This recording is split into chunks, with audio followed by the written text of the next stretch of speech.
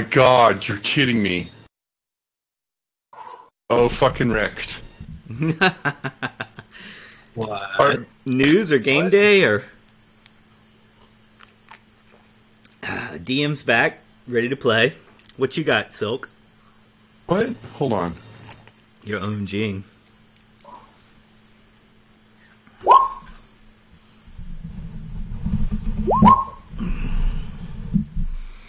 This can't be right.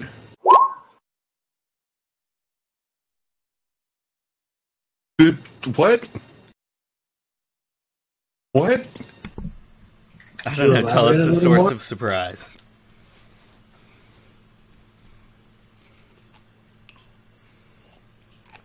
Silk's mind is blown by something.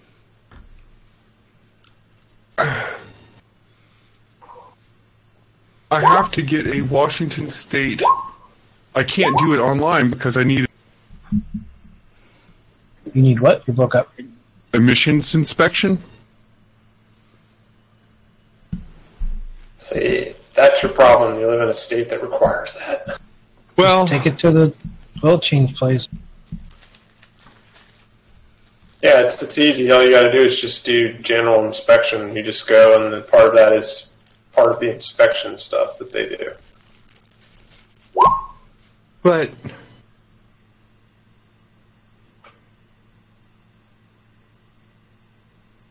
vehicle must have had conducted in Washington State. It must have passed. Find my test record. All right.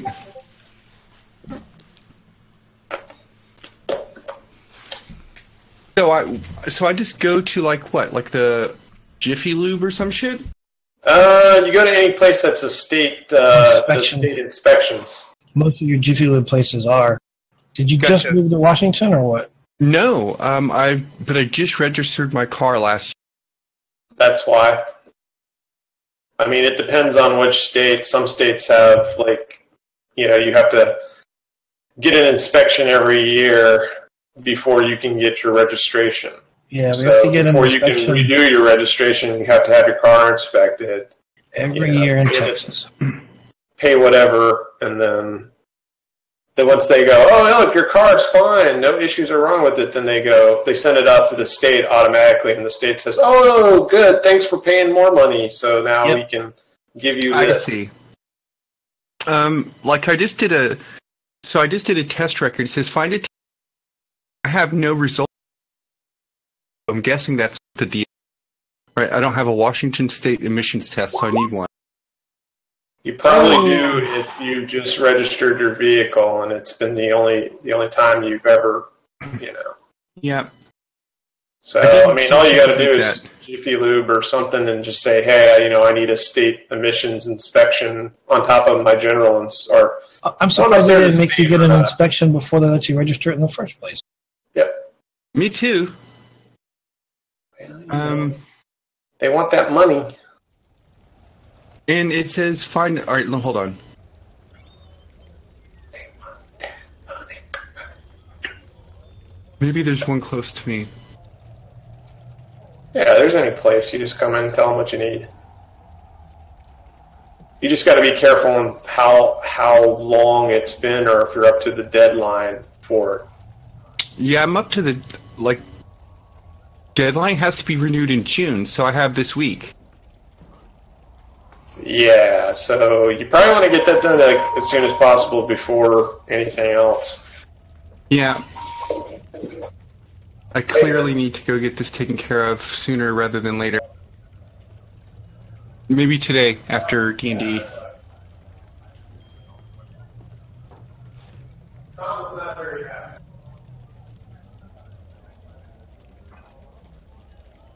What a pain in the ass. But how do I not... I don't understand what's wrong, but I can understand it.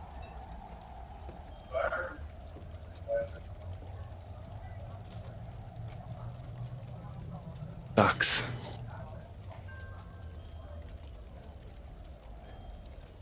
Well, wrecked.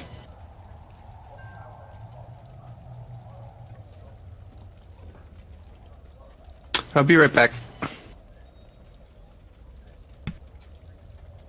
No problem. We're gathering the troops and we're going to start the D&D game pretty soon.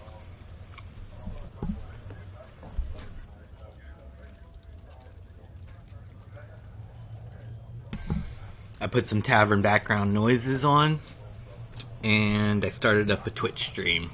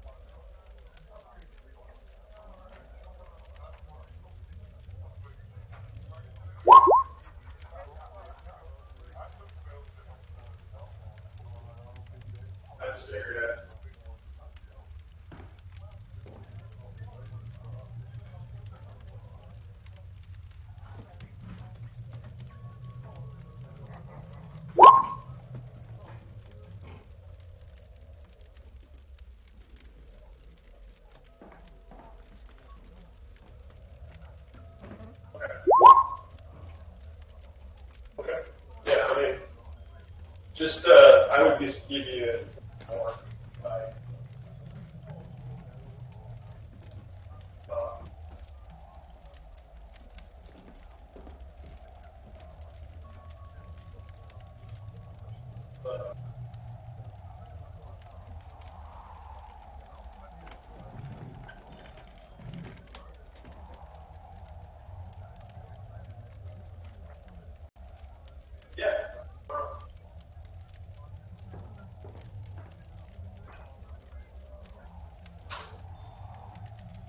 Oh, sometimes I hate work. Isn't that all the time? Are there times you love work? It's just frustrating sometimes, just because it's just like.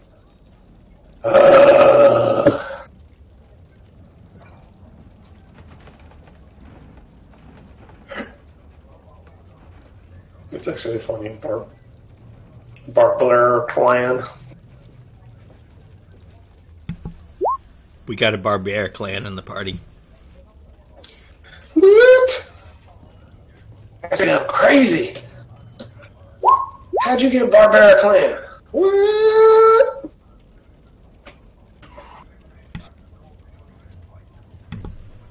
Okay, I'm forming an adventure in my mind. I'm working on it. You get it. No, I got one in mind. I need to do a little bit of prep work, but we should be able to get this together pretty quick, and it should make sense and be a quest they can all go together on. I'll wait and establish everyone's relation to it when Silk gets back on mic. I want to find out about you three foreigners. When we don't end up in an arena and everyone decides to attack the ooze. You know, I'm sitting there, I'm literally like, should I tell them not to attack the ooze because I know what the ooze does? Or should I just stay quiet?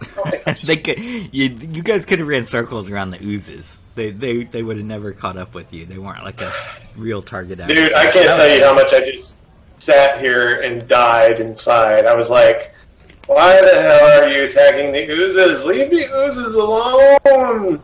I didn't know that. That's really funny. I didn't realize that you were holding that back. Yeah, it was just one of those things where I was just kind of like, should I say something?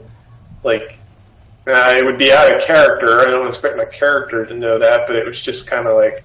Okay. Meta-knowledge, I guess is the term, right? Yeah, that works. Yeah, it was pure meta-knowledge. I wanted to say, do not touch the oozes because they're freaking Osher delis and they're full of acidic stuff, and you know what? I was afraid Chris was going to hit one and then it was going to subdivide into another one. So they actually only do that. This particular kind does that if you hit them with electricity. So if you hit them with lightning, that's what ochre jellies do. Some other ones do it if you hit them and divide them, but the ochre ones only do that if you divide them with electricity. But I kept the reason I get what you're saying, that was out of character knowledge. But as DM, I kept trying to give everyone the in-character knowledge of, like, the ochre jelly slowly moves forward at its maximum movement rate, and it can. Oh yeah, no one ever paid attention to it. And I'm sitting there thinking, why are you attacking this thing that's not a threat? Attack the bears and attack the goblin. Yeah.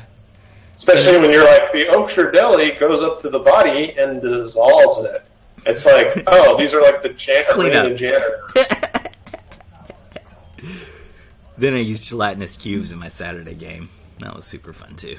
Oh, I hate the gelatinous cube. It's such a scary enemy, because it's just like, what do we do with this thing? It's another one you can run away from, though. I mean, most characters are faster than it. Yeah, it definitely is, but I mean, it's nasty because it's full of acid and crap, and it's just like, I don't like it, I say. I am gathering some monsters that I'm pretty excited about. These are good.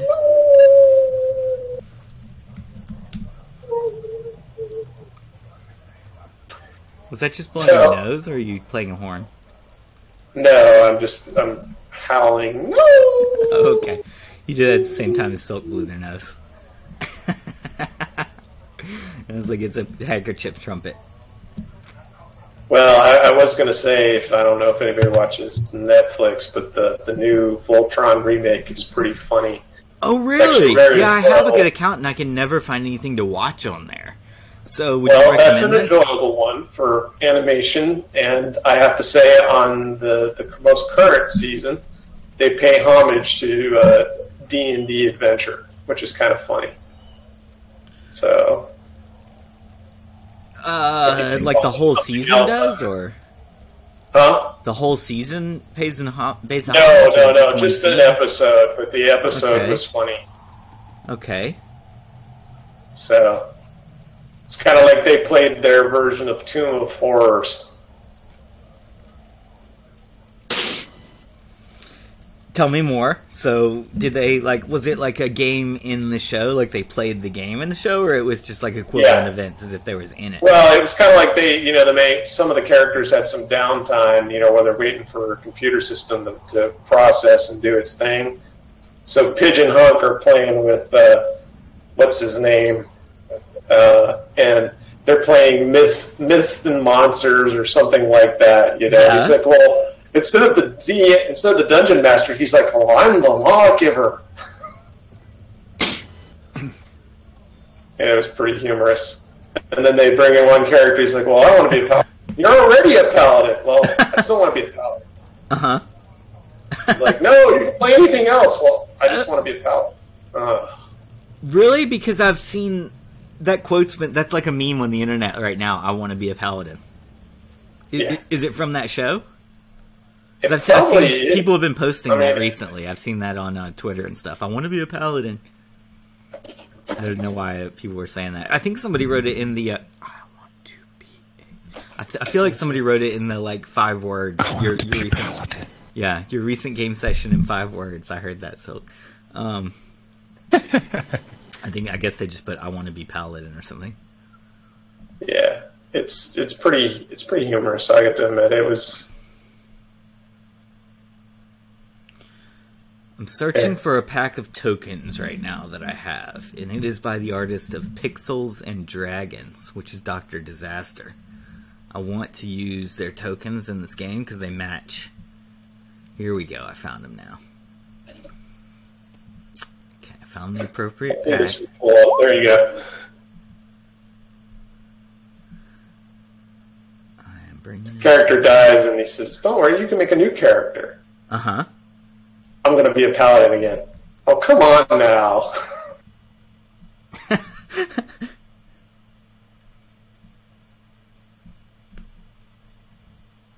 Okay, now It's pretty humorous when they're sitting at the digital table, and I'm sitting there thinking, yeah, that's pretty cool. See, the mouse comes in and eats his character, and he's like, well, how did I die? The mouse isn't even playing the game. It doesn't matter, you died. So basically, it's kind of like they didn't want the paladin in the game.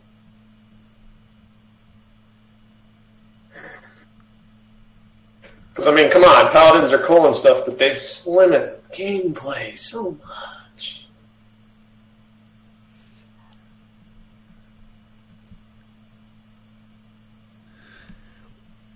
They try to control the whole adventure for everybody. Yeah. Who, paladins? Damn fucking holy rollers. That's what I think. What do you think, Koo? I think you'll find out. My next character. I didn't know. Coming soon. I'm a real life paladin. Are you kidding me? Well, yeah. No, but I'm not entirely sure what I'm going to play next in things, but you'll see. But no, so here's the thing about that, right? Paladins and their holy order and so on and such, and their moral code. I am totally into that, and as an experienced DM, I can work with that. It's not a big deal. But it is strange to me when I see paladins not willing to work with the rest of their team. Like, it's one thing to say, like, oh, this is the thing because my moral code dictates we can't, do the thing. But then often I'll just see them not participate with their team because the team is like, okay, we're going to kind of outvote that paladin and we're going to go over here and do the thing. I was like, no, wait, the evil. I must go smite. Yeah. I think people forget that sometimes it's more about the good than the lawful angle. It is important to be lawful where you can, but I don't foresee somebody saying, well, the peasant stole food because he's starving. Well, we got to chop off his hand. That's what the law says. Well, how is that good for him? He'll be out of work and he'll starve to death along with his family. But it doesn't matter. It's the lawful thing to do. Yes, but that's lawful evil. Yeah, I know. It's just one of those things that's just kind of like, come on, is this real? What the hell?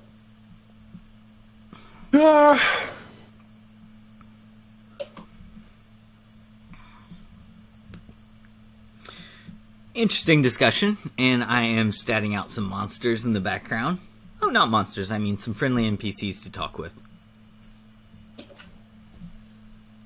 Friendly NPCs to talk with? You've confused me for... There are no friendly NPCs. Are we right to kill all NPCs on site? Isn't that the definition of murder hobo? Murder hobos! Turns out I need to recruit followers, so I can't kill everybody right away. They have to... First, I have to decide if they want to be followers. So they get to live. Yeah, you can't do a dwarf fortress and depopulate the land on your murdering quest. That is not entirely clear to me. I mean, I hear what you're saying, but... Well, we could start doing like all Stellaris gameplays, which is like, start off, I want to be friends with the aliens. By the halfway through the game, you're like, kill them all! They've betrayed us too many times. We can't... Yeah, you turn right into, an episode of Warhammer 40K. Exactly! For the Emperor, purge the unclean! Death to the heretic! The zero filth must be purged. Yep. This victory is mine, but all glory belongs to the Emperor.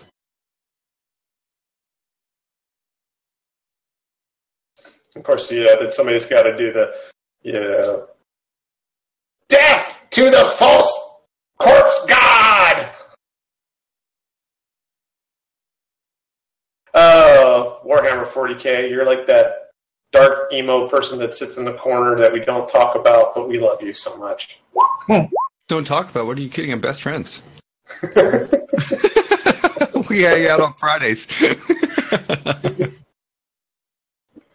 Yeah, he's pretty fun. I mean, yeah, sure. Like the strangely placed, but whatever. And that weird throat tattoo thing, But yeah, you're a nice guy, so whatever. Let's hang. Yeah, so what if you scream, blood for the blood god and skulls for the skull throne? It's all good. I'm down with that. I mean, but in truth, though, blood for the blood god seems legit. I mean, you're a god of blood. Why would you? I mean, he just wants more blood, and he wants more skulls for the skull throne. I mean, guy's just a hardworking dude. Right? So blood for the blood god, skull for the skull throne. So could we say that something like Jesus is a soul god? So souls for the soul god. Well, yeah, we're supposed to go converting people, saving their souls for him. Yeah. So Jesus can reap them at the end. Well, he's actually the emperor in disguise, if you think about it. Oh, yeah. All glory to the emperor. So, when you actually save someone's souls, it's like you're feeding them psychic energy, just kind of like the black ships and feeding him the psychic. You can guide them through the void. Oh, my God. Exactly. I mean, I'm all right now. Warhammer 40K explains everything. Are we playing Warhammer now? Because that would be okay. I mean, why aren't we playing Warhammer? That's a fair question. Can you play Warhammer on Roll20? Warhammer the RPG. Do people? Yeah, I mean, I don't really know. Is it a good scale for it, Is there good tokens for it, etc.? I feel like it would be a lot cheaper than... I mean, isn't Warhammer known for the large expense of playing it? Yeah, but that's because of the minis involved, right? The miniatures themselves are That's pricey. what I'm saying. They could be a lot cheaper in digital. Oh, yeah. Well, I mean, you can play like Warhammer 40K or Epic Scale or Fantasy Battles or whatever it is, all, like in a digital version, and then it's just a normal video game price, right? So it's like $50, which is less than the price of some single individual miniatures. So. You could always, carve a potato and make a miniature and go from there. Nope, you can't, because most people will not let you play with non-regular. Wow. Nerds. Yeah, even proxies. Like, a lot of people, the way they did it, right, because costs, if you owned one real-life mini of the thing, then you could make cardboard proxies to put, just basically a card placeholder. But if you didn't actually own the thing, then they wouldn't let you do it. And eventually it got to the point where you actually just had to have all the minis, no proxies or anything like that. Somebody's rich. Yep. Yeah. Well, it was a bunch of, this game came out, it's a Gen X game, right? So we were the generation of kids who our parents didn't care about and who they still don't, right? Our parents are the boomer generation. They don't give a fuck about us. They only concern themselves with the millennials. And the millennials don't care about us. They only concern themselves with the boomers. We're still the forgotten generation. Those people suck. Okay. That's right. Death to the boomers. I think a lot of millennials are Death to the millennials. I think a lot of millennials are in our fan bases, Silk. Oh, yeah. No, I don't mean it like that. I mean, like we're talking about each other as distinct, like, cohorts of people. Yeah. Boomers complain about millennials and millennials. Yeah. Well, it makes it work. I don't like anybody, so there it goes. Well, because you're a Gen Xer, and of course we don't like anyone. I'm like death to everybody. Death to everybody. I'm a solid loner forever. Where's my flannel? Go away. Forever alone. Exactly. And now, like, we live in a culture where, like, it's the same thing. We're just a small generational group, and the advertisers don't care about us because we're not as big as either of the two that bookend us. So that's just how that's going to be. That's just us. That's our thing. Yeah, we're doomed to experience, and we're like the middle child. Yes, we're the middle child of the redheaded stepchild. We're stuck in the middle, and no one's like. Like Gen Xers, you know what? They're just fine. They're not great. They're not bad. They're just fine. Whatever. Go away. You're lazy. You don't have jobs. Well, thanks. Right. Because we're the slacker generation. No doubt. We're the slackers. Yeah, we've only been fed all the lies that the boomers and everyone has told us. Oh, yeah, go to school. Accrue all this massive debt. It'll get you a good job. And Oh, look, there's no Buy a jobs. house. Hey, look, no one wants to hire me. Hey, where's my work? My work's all overseas. Hey. Hey, where did my house go? Hey, Yeah, where's my house? by the bank. Yeah. Or just kind of sit there going, thanks, bro, thanks. And the boomers are going, you're just lazy. You didn't do it, thanks. I know, right? Come on, you can have it just like I did. No, I don't blame them with much angst. I just think that the advice that they gave was not worth it, partly because they didn't realize the world changed. Well, right, because most parents are bad at being parents. Yes. Because, you don't do it much. And then when you do it, it's just like, ooh, here you go. Jump in the deep end. It's okay. The deep end's not too bad. There's not too many sharks. No, but you drink. Yeah. You don't You get don't know a yet, lot. Solid. This is true. You're in the shallow end, bro. You're just on the stairs. Have At you the even edge of the had? pool. You're wading You into still the got water. the floaties on, mate. You haven't even gotten your I don't think swimsuit I've had wet floaties yet. on for a long time. I think, I don't know. Our generation in society and all the rest, because we don't have leverages of institutional power by and large, and we probably won't get them on a large scale because of the way the generations work. So weird. It's like grunge suits me. Are you telling me that the hipsters are taking over the world? Oh, please, No. God, no. I'm telling you that millennials are, but Oh, not even. God, the that's hipsters, even worse. right? The Gen Zers are going to be even worse than that. So wrecked. I mean, they eat Tide Pods. What do we expect? They don't really though. No, not most of them do. Only the ones that All the ones with YouTube channels. The content is king. This is this is what a gig economy is. If your only income is based on getting views, then you get to a point where the only way you get views, not the only way, but the way you get breakthrough stuff is when you do shit that's really outrageous and shocking. So that's bad times, I think. That's why things like Jackass were popular. Right, that guy, if you listen to his story now, he talks about how that show ruined his life. He's fucked up. Seriously broken as an individual. What can we do that's maybe outrageous or maybe fake outrageous or something on this stream right here?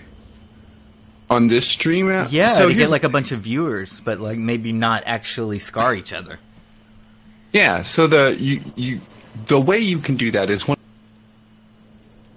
in my opinion, you either formally decide on an RP kind of scenario, there's a meta thing we're gonna do, and here's the meta thing, and here's how we're gonna play it, and you do you're the good guy, you're the bad guy, you're the foil, you're the straight comedian, you're the the dry guy, whatever it is, right? Yeah. Or you just kind of go you do it like the East Coast versus West Coast rap feuds of the 90s. Do you remember? Because that shit was initially fabricated. Okay. That was not a real thing. It was, in fact, a scheme between two big, record producers to sell more records. So until it got real, man, and people then it got real, of course. That shit always get real. Well, the reason it got real is because it went from being a little bit of money to a whole lot of money, and when a whole lot of money gets involved, shit gets real, right? And that's what happened. That right, man. And so we could do it like that. You can always do the fake controversy thing, but that's not ever really going to work in a game like this because it could, we all but need to it doesn't sound very collaboratively get together. Mm-hmm. Yeah. Cash rules everything around me. $100 bills, yeah. Yeah. Is that no what? There's a couple hip hop people right now that have a famous, or there's more than a couple that have famous feuds right now, and I'm assuming some of those are made up too. I would suspect so. I mean, Pusha T and someone else or. You have to Drake and Pusha T, I think. Right, because it keeps your name circulated. It keeps you in being talked about. That's and this is the thing with being a popularity kind of deal, right? you're only as making as much money as you are popular, and so you're only as popular as you are as when it's being discussed in the zeitgeist. Yeah. And how does that happen? And that usually happens right now in those kind of ways, like where it's, like a negative thing. The other thing, because that drama drives views. Right. Oh, hell yeah, man. People love drama, man. That's the one Become thing controversial. Right, they love other people's controversial. That's Become hilarious. controversial. Become controversial. Yeah, I thought Jesse just said like kind of like how people say like come correct. You better come correct. Nope. Yeah. I thought you were just saying like you better come controversial. Make the You want them D&D views, you gotta come module controversial. a parable about modern U.S. politics. Then we can piss off the right and we can piss off the left, and they'll both be watching constantly so they can scream and rail about us. Just like South Park. Yeah, we could talk political on this, I guess. It's like, look at those, look what they did. They axed our sacred cow. We have to retaliate. Well, one day we need to be proclaimed neo-Nazis, and the next one is we need to be called communists. And if we're doing that correct, then everybody, like one people on one side, they're just a bunch of commie bastards. And the next time we're like, no, we're not. Leftist pinko commie scum. Neo-Nazis. I'm as pink as they get. I mean, do you even see my pink? I'm I don't see your cam, You do actually. look pink today. What? Thanks. I do. It's because I'm I got two on massively both pink. my computers. Oh, yeah. Double the cooing. I am definitely getting the map more and more ready, though, so I'm excited about that. I'm I just, refreshed again, so maybe it's going to work again, but... I'm just slightly less white. You're putting like the Second Amendment on one thing for us to kill and abortion rights on the other. Didn't we see Solid for like 1 minute one time? I feel like I've seen his face, but I'm trying to remember what it looked like now. I've never seen a Solid. I think he did. Solid, did you hook up a cam for like a minute one time? I don't think I did. No. Oh, okay. Well, okay. And I tried to get on his Facebook. He said he didn't have I'm it. usually, cryptic and mysterious. I know in you that are. aspect. I know you are. And that's fine. That's understandable. Okay, trying to think of who I got one more place to populate that you guys might go. I don't know if you'll go there or not. What can I put in there? See, Solid is actually married to Sarah Sanders, so he has to keep everything on the down low. If I am, you never would know. Because I'm of the opinion that everyone's entitled to privacy, and you're entitled to your own thoughts. And I don't have a problem with people. I do have a problem with people harassing others just because they don't agree with them. And Gotcha. I think that's Isn't pure that like shit. the basis of modern media, though? Well, modern media is not even about reporting news. That's just superior. They're all about obfuscating. And, Yeah. Well, I mean, these are companies in business to make money. Let's be really clear. They're just selling a product. If you bought their product, they sell it to you, right? It's outrage. It's manufactured outrage over everything, and it's on both sides. And I get tired of, it's just, it never ends. Because usually, on the left, it's just endless outrage, and on the right, it's endless outrage. And I usually just sit there and go, well, what are we going to do about it? I go, this No is one somebody has else's an problem. answer. They all just sit there. I want to sleep at night, so I'm not going to listen to you guys. Yeah, it's just kind of like, well, there's no solutions because, you can't kill the other side. They can't kill you. They can't be where everyone thinks the same, so you're going to have to work with people, so what do we do with it, I, unfortunately, or fortunately, depending on your... I am strongly and relevantly involved in the... Coops is cutting out for me. Yeah, I think when you turn your face to the left, it cuts out, maybe. Voice sensitivity? Maybe? It might be a little bit of the noise gate. Oh. Flaky. Yeah. Seems to cut out like your... That happened. Almost every time you talk, it cuts out like your second sentence. And then it comes back. I don't know. I have the mic away. So. It's like, Koo says, I'm going to tell you the most amazing thing. Cuts out. Yeah, that's how it does it. I'll tell you the winning lotto ticket for this week's draw. Yeah. That, I actually feel like I should have been doing that on purpose, but... Yeah, no, I'm squarely, I deal with that stuff all the time. I'm really involved in all the politics and things, and Gotcha. So like a pejorative word for it or whatever would be like strident, but like a nicer word would be like activist or involved or engaged, politically engaged. I mean, I don't know if that's a nicer word. Politically engaged, I think, is nice. I think strident is maybe kind of insulting. I don't know. I don't see it that way, I guess. I take strident tones with regards to some issues because there's really not any ground for negotiation on that. Gotcha. I kind of agree with that. Gotcha. So you have red lines that can't... Yeah. Good. Like, at a certain point, I say things like, yes, killing people is not a good thing. And so I will be hardline about that. That kind of thing. But for the rest of it, I'm interested in finding common grounds to work towards solutions. One of the things I deal with a bunch is this is a problem that's happening right now, but what about when it happened before? We didn't stop it like 5 years ago. Like, this is a peculiar mindset of Americans, and it has been something I've noticed my entire life traveling around the world. Most other countries don't think the way we do in this way. Most other countries want to fix the problem first, then assign blame to everybody who fucked it up. In America, what we want to do first is assign blame, then fix it. And of course, assigning blame takes a long time because people don't want to accept the blame. As a consequence, the problem doesn't get fixed in a timely manner. It's a bad way to do it. You should fix the problem, then assign the blame. It's a better way. The Japanese do that better than we do. The Japanese do. I don't have any fault on that one because that's the truth. Because usually 90% of the time it's pointing fingers and wagging fingers over, like, I like to use the analogy of, like, we're all in a ship. The ship is sinking. There's sharks around us.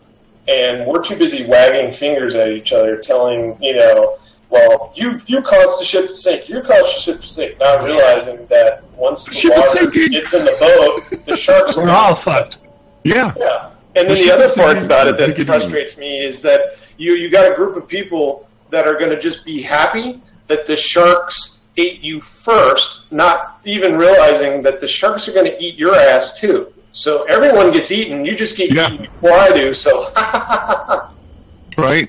Yeah, and this is a huge thing because you're not wrong. And this has gone on in our country as long as I've been alive, which is why I think we still are dealing with problems in structural issues that have been since I've been a kid. Can you imagine, in a general sense, if your house had an issue that had been since you were 12, right? Whatever, that doorbell never worked. And now you're 60 and you're like, I don't know, the doorbell just not going to work. It was broken a long time ago. My brother broke it when he was 11, so he hasn't fixed it yet, but it's his responsibility to fix it. I'm not going to fix it because I didn't break it. Well, I wouldn't even go that. I'd even say we've reached the point where people are happy that the freaking problem's broken. It's like someone saying, well, I'm proud my doorbell doesn't work. Yeah. And I'm glad it doesn't work. Screw you guys. But that's just like the human, in the same way humans have created a system of ethics which allows us to justify genocide of other beings. But that's not necessarily a good thing. No, I totally agree. That's the exact topic the tweet that I read today was on. Yeah. And it said, it was exactly... Did you see the same tweet, Koo? No. Okay, it was about being strident and genocide was the example. It was one of those little Twitter dialogues, and it was the one side says let's do genocide and the other side says let's not do genocide, and then the centerists say okay, well, for a compromise let's just do some genocide, and then then the ones who wanted to do the genocide say yeah, I agree, let's just do some genocide, and then the ones on the left say no, we don't agree, no genocide, we're strident about that, and then the centerists say you extremists on the left, why can't you compromise on some genocide? Seriously, what's wrong with some genocide? It's only just a little.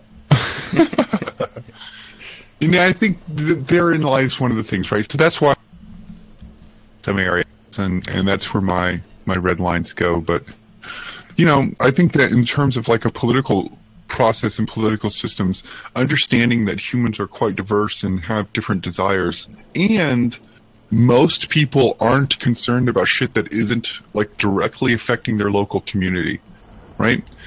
I mean, that's how it is. Politics are local. It is difficult to motivate a group of villagers in Zimbabwe to give a rat's ass about what is happening over in Myanmar. Like, they just don't give a shit. And the same thing applies to the United States. It is difficult to get a group of people out in the middle of Kansas to care what is going on in Venezuela. And you do. Yeah, but it's just... that axiom is true, but the thing about it is people always... it's human nature and its own distinct being. We just are hardwired to be, in many ways, xenophobic and tribal, because, it's like, I always use this standpoint where it's like, or in this case, there's something, we could have basically utopia, where everyone has everything, everyone's happy, there's no enemies to fight, everyone's living in that kumbaya, hold hands, sing, it's a wonderful world, have a Coke moment. But I truly believe that even if we reach that state, there's always going to be somebody who says, fuck this, I'm going to mess it up for everybody. Well, there's always I'm unhappy because that's whatever. Because if they have something, it means I've lost something. So, Well, that's the thing. A lot of people think that everything, like even with economics, it's a zero-sum game. Right. It's never occurred to them that maybe we grow the economy. Maybe we create more work by doing this. Maybe we change and retool. It's always someone took something from me and it's the end of the world. So it's all about limited resources. Well, resources are limited. That will always be the case. I don't even believe the whole Star Trek mumbo-jumbo, because even then, if you look at it, they fought over the lithium and crap like that. But it's just... But our guys didn't. Like, those were other empires and such. But, like, in terms of replication technology, ability will fundamentally alter our planet. Yeah, I don't think humans have the capability to be peaceful. Who's going to control the technology? I think strife is in our nature. Who's going to control the patterns and the things that allow the... Well, it's mostly open source right now. Who's going to decide these things? It's open source. This is part of, like, the open source initiative. It'd be open source for 5 minutes before someone stepped in and procured it. So it's open source now. You can download all these prints. You can buy a 3D printer right now. You can go out to various websites and get plans for how to make a hot dog, or print a pizza, or print a gun. This stuff is happening, and the ubiquity to which it will be applicable in our world is going to be directly related to interconnectivity through the internet for other people's. Yeah, but what I'm trying to say is there's always going to be something, meaning, okay, so you have all the 3D printing technology, that's great, but who's going to control the matter feeds? Who's going to do this? Who's going to do this? Who's going to do this? That's where what I'm trying to say, there's always going to be a breakdown at some point.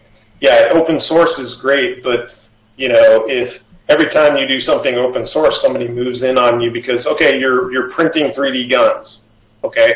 I don't have a problem with it, but government sure does, and a lot of people on the other side, one side or the other, have a problem with it too. So sure. You go ahead and print guns, you do this, people move in you, or they let you print your gun, but your gun does something wrong because something got this, and they legislate you or sue you out of existence. What I'm trying to, articulate is there's always going to be something that people find to screw just to fuck it up.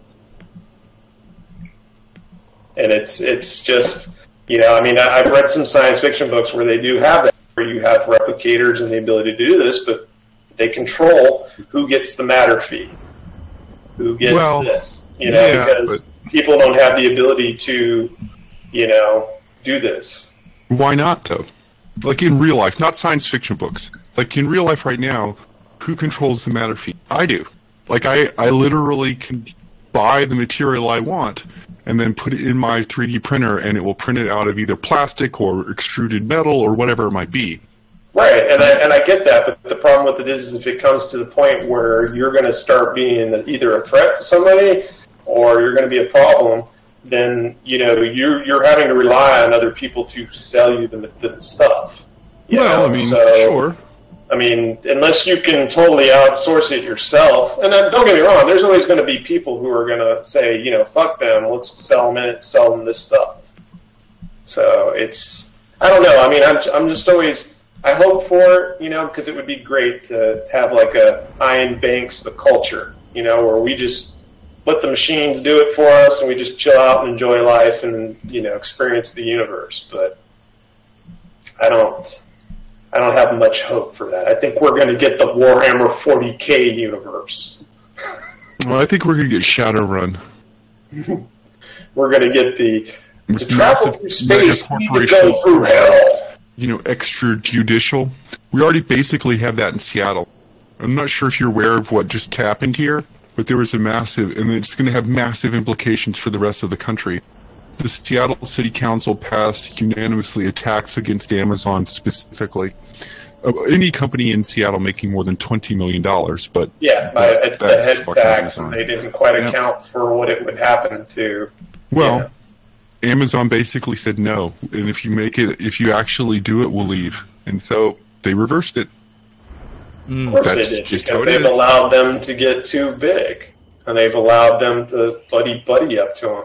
It's not allowed. Like, Seattle has been this way for decades. Seattle gives itself a liberal veneer, but it isn't. It's a neoliberal veneer, and those are not the same thing. It's a neoliberal city.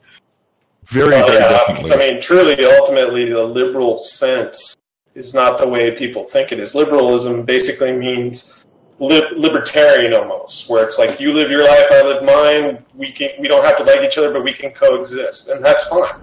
Whatever you do is whatever you do, as long as it doesn't affect me. It's not an issue. And it's the live and let live approach. So this is more of a nanny stateism, in my opinion. Oh, what, neoliberalism? Oh, yeah, no, it's a horrifying form of capitalism that exploits specific regions of the world. It's bad news. And it's bad news here, too, because it allows people to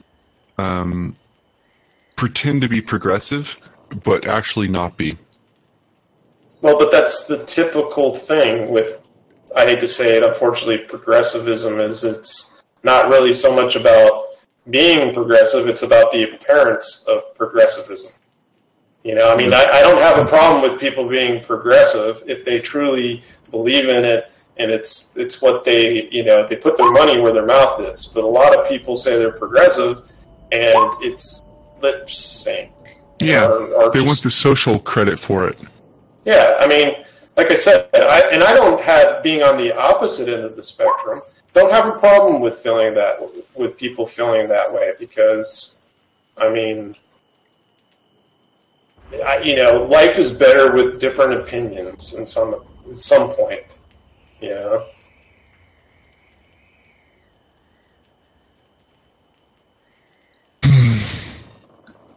Well, that's the thing we can do. Like, I was just thinking about this. Like, yeah, we can change Monday stream to like political roundtable discussion, and that would definitely change the view count. Then we have to deal with all the commentary. Yeah, I mean, I deal with this all of the time. It's really not that difficult.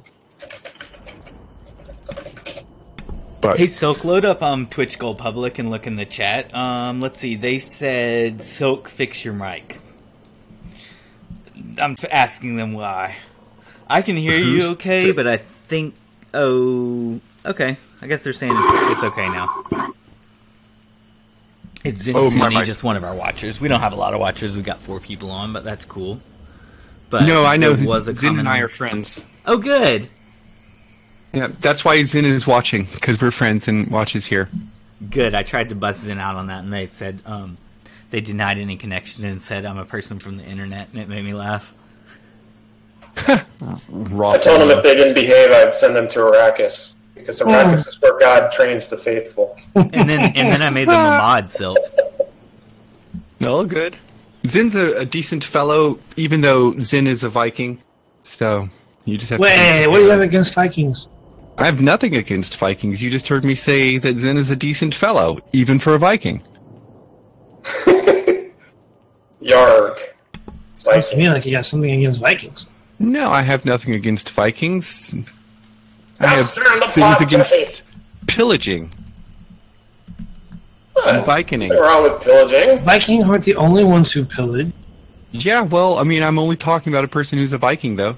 Christians pillaged. Yeah, but I'm not talking about them. Everybody Well, pillaged. Zin might be a Christian. You didn't say he's good. He's a good guy for a Christian. Oh my God, he's a Viking. Do I even need to say like he's a Christian? He's not a Christian. He's like, Thor and like Thunder God stuff.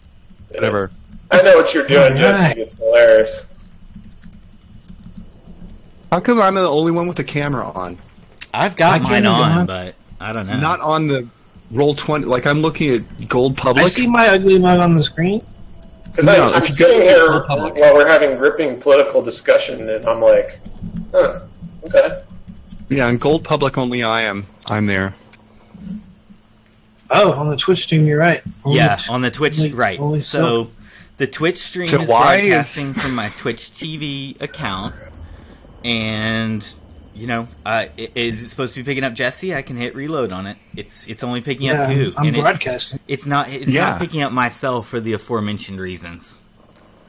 I mean, I it would should have be to use picking a up media. everybody whose cams are on. Nope.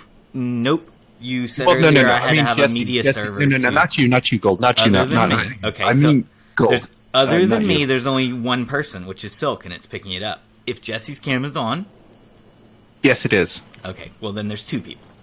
The other But two it's people, not- Picking it up is what I'm saying. but it is picking up you. So it's only not picking up one person, Jesse. Correct. Okay, so let's fix Jesse's. Well, it's actually not picking up gold either. But now But now we've when I click resolved back why on that is. We Roll20, know there And Gold's a nice person for a GM. Thank you. and I also see Jesse's camera is not on Roll20 as well. Really? So the I only one on agree. Roll20 is I see myself on roll. So I have to refresh there. It's so weird, this syncing system for Roll20, to be honest with you. We have to decide who needs to refresh. So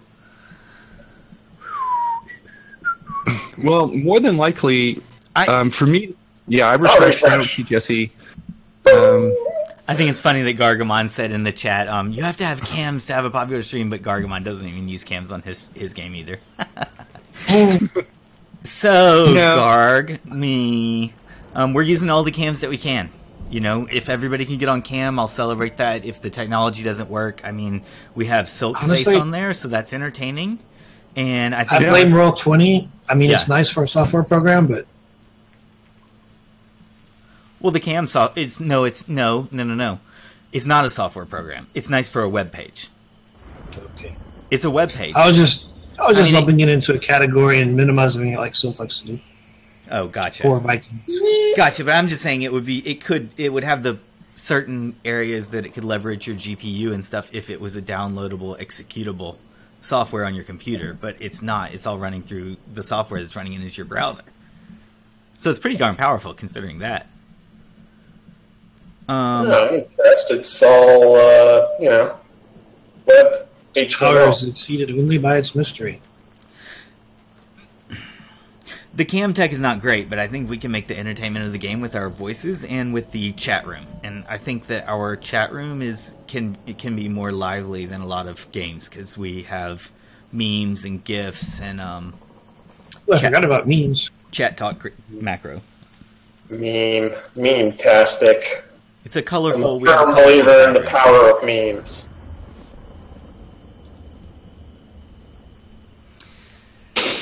We can meme it into existence. It has power. Zen heard the Viking story. Jesse, I don't Not know. surprising. I don't know if Jesse should reload cam or not. But at some I've point, tried. thank you. Yeah, at some point of the session, and I think this is that point, I'm going to say, accept whatever technology we have. If people can refresh and do things in the background, that's cool. But I want to move over I'm gonna to reload D&D. real quick. All right, and then- that's fine. All right, but That's last right. reload because it's 5 o'clock. We've only got like an hour left to play, hour and a half. So I've got an adventure set up. I want to just do that and not intersperse it with tech stuff. So as long as Are we going to slay the giant Cheeto monster? no, that is a fun quest. If you would have told me that's what you wanted to do, I would set that up. I No, made we're a going different one. political. I We're made a slaying the different one, giant, the leftist pinko commie scum monster. And we're not doing that either. Well, you can assign whatever political That's probably some kind of analogs jelly. you want onto these monsters. But there is We some slay the monsters pink today. jelly. And there's a pink house killing me, today. man. Yeah, there is a pinko house today. Now that you mention it, actually, yeah. You guys are too much. That's hilarious. There's a pinko house, and then there's some let's see, what would be a word for them? Like stormtroopers, like brown coats. I think brown shirts, like Nazis. agents of doom. Hey. Well, I'm not going to use that. The brown coats were the good guys in Firefly. Don't get that mixed up. Brown shirts. You guys are killing me, man. See, this is why you people come to watch the world's worst D&D See, they players. just went, you people.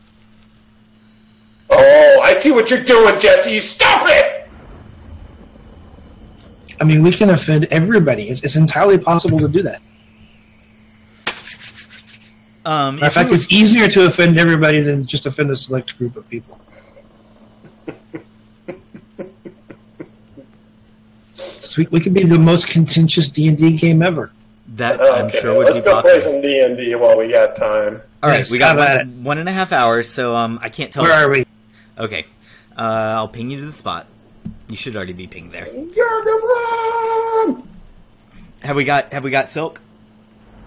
Yeah, I mean, you can see me, Okay. can't you? No, I can't see you now. But I don't want Oh. to talk or worry about tech anymore for the rest of the day because we only have an hour to play D&D. So I mean, I'd like to be able to maybe cut the stream at this point and put the actual D&D as an hour-long thing. So I can't see anymore, but no worries. No cams Okay. is fine. Cams would be cool. I don't know what to say.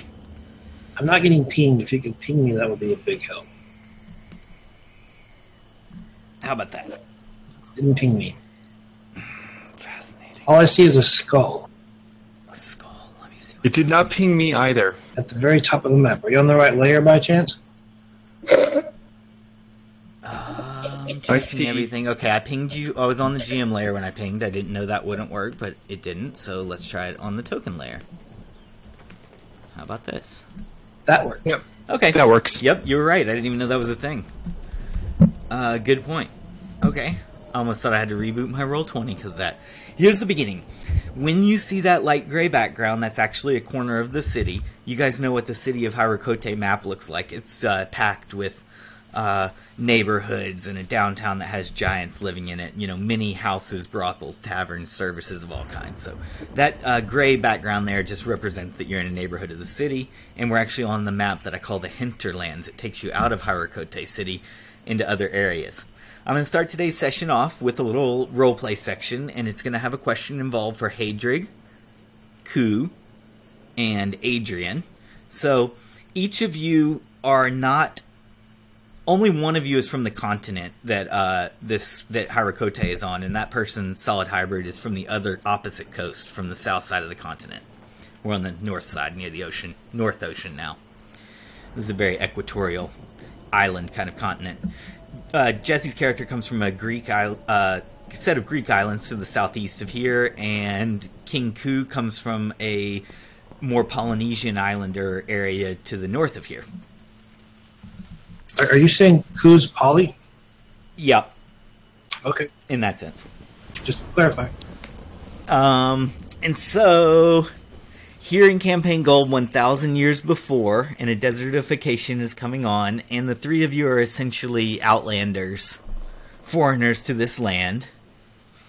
And so I'm going to ask you something about your own personal culture that your character comes from, and some of that culture's views on death and burial. So that will be the starting topic of the day. Before I tell you about what people are saying in Hirakote about their graveyard outside the city, I'd like to know from your own character's culture how you typically do burial rites and how you would view it, and have you been in Hirakote long enough to figure out how they do it here? So, we'll start with the southern barbaric dwarf cleric, Heydrig. What do your dwarven people do with the bodies? I mean, do you want the real answer, or shall I give you the Dwarf Fortress answer? The Dwarf Fortress answer is we toss them out like the trash they are. Oh no! We throw them in a hot pit of steaming magma and inhale their ashes as they puff. No, we don't do that either. We build a big giant mausoleum out of intricately carved obsidian that we poured with using magma and water in an elaborate, massive undertaking just to make a tomb for one dwarf? Possibly. So, realistically, I mean, I would assume that they treat the dead with respect. Meaning, when a dwarf dies, they do a funeral procession. Probably, I don't really see them so much as a sit around mope type group. I see them more kind of like, they do a little moping and then it's like, okay, who wants to drink and eat? And then they talk about all the stupid shit that they, so-and-so did. Remember when this dude, he hit that orc with a wiffle bat? The orc got pissed off and chased him, and then he mooned him? Yeah, that was pretty cool. So, that's what I'm kind of assuming. Maybe? Yeah, sure. Okay, just to clue you in on the local technology here, they do have a graveyard outside of the city. So they have a graveyard out there and they bury people with headstones. They bury them in the ground. Yeah, we've been out there and interrupted a funeral before. Not that one. That's a good point. Excellent. Thank you for reminding me of that. That was a cemetery on the southwest side of the city. There's another cemetery on the north side of the city that has been reporting some problems lately.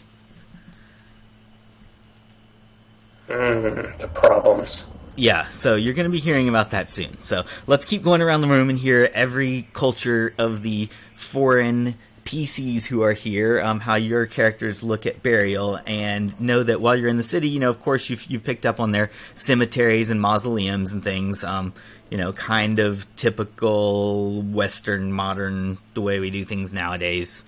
Headstones, and some people have more expensive mausoleums, and some people get cremated and placed in a jar that's placed in a mausoleum, things like that.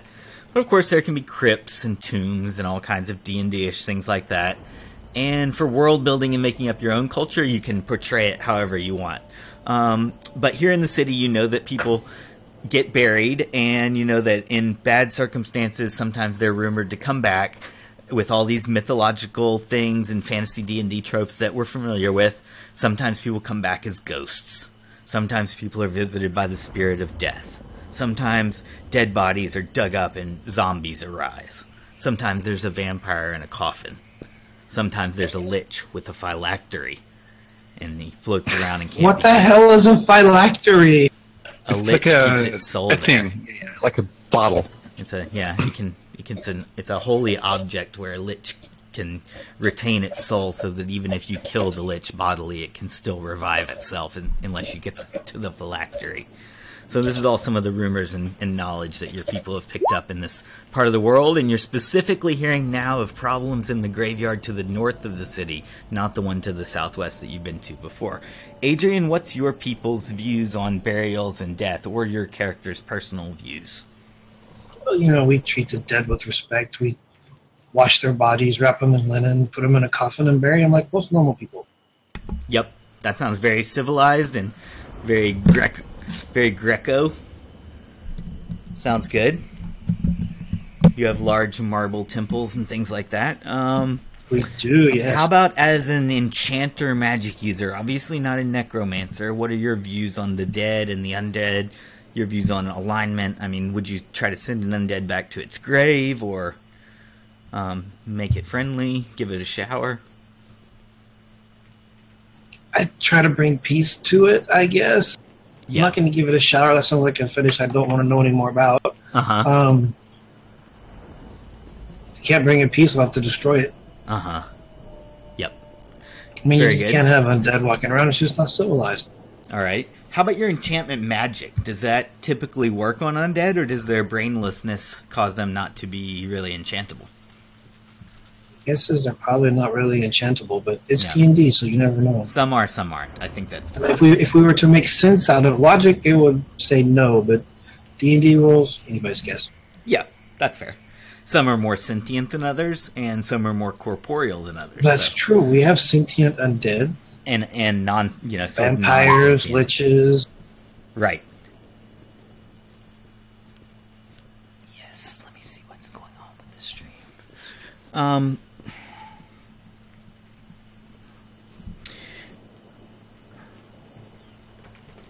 Rainbow Silks.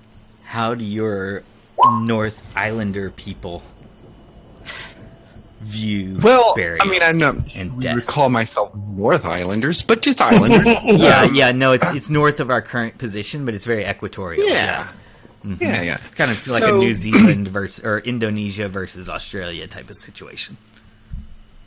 Yeah, I feel like that's legit. Yeah, you're or on like the a Indonesian Crete side.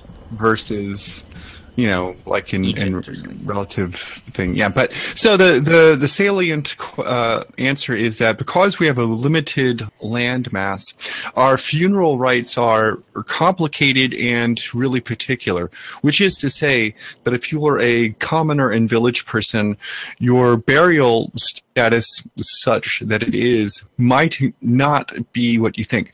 So we mostly carve stone monuments to the important fallen dead, and their bodies are chopped up and fed to the ocean. That makes sense. Yep. And so we carve stone monuments to important leaders from the past or village heads and stuff like that.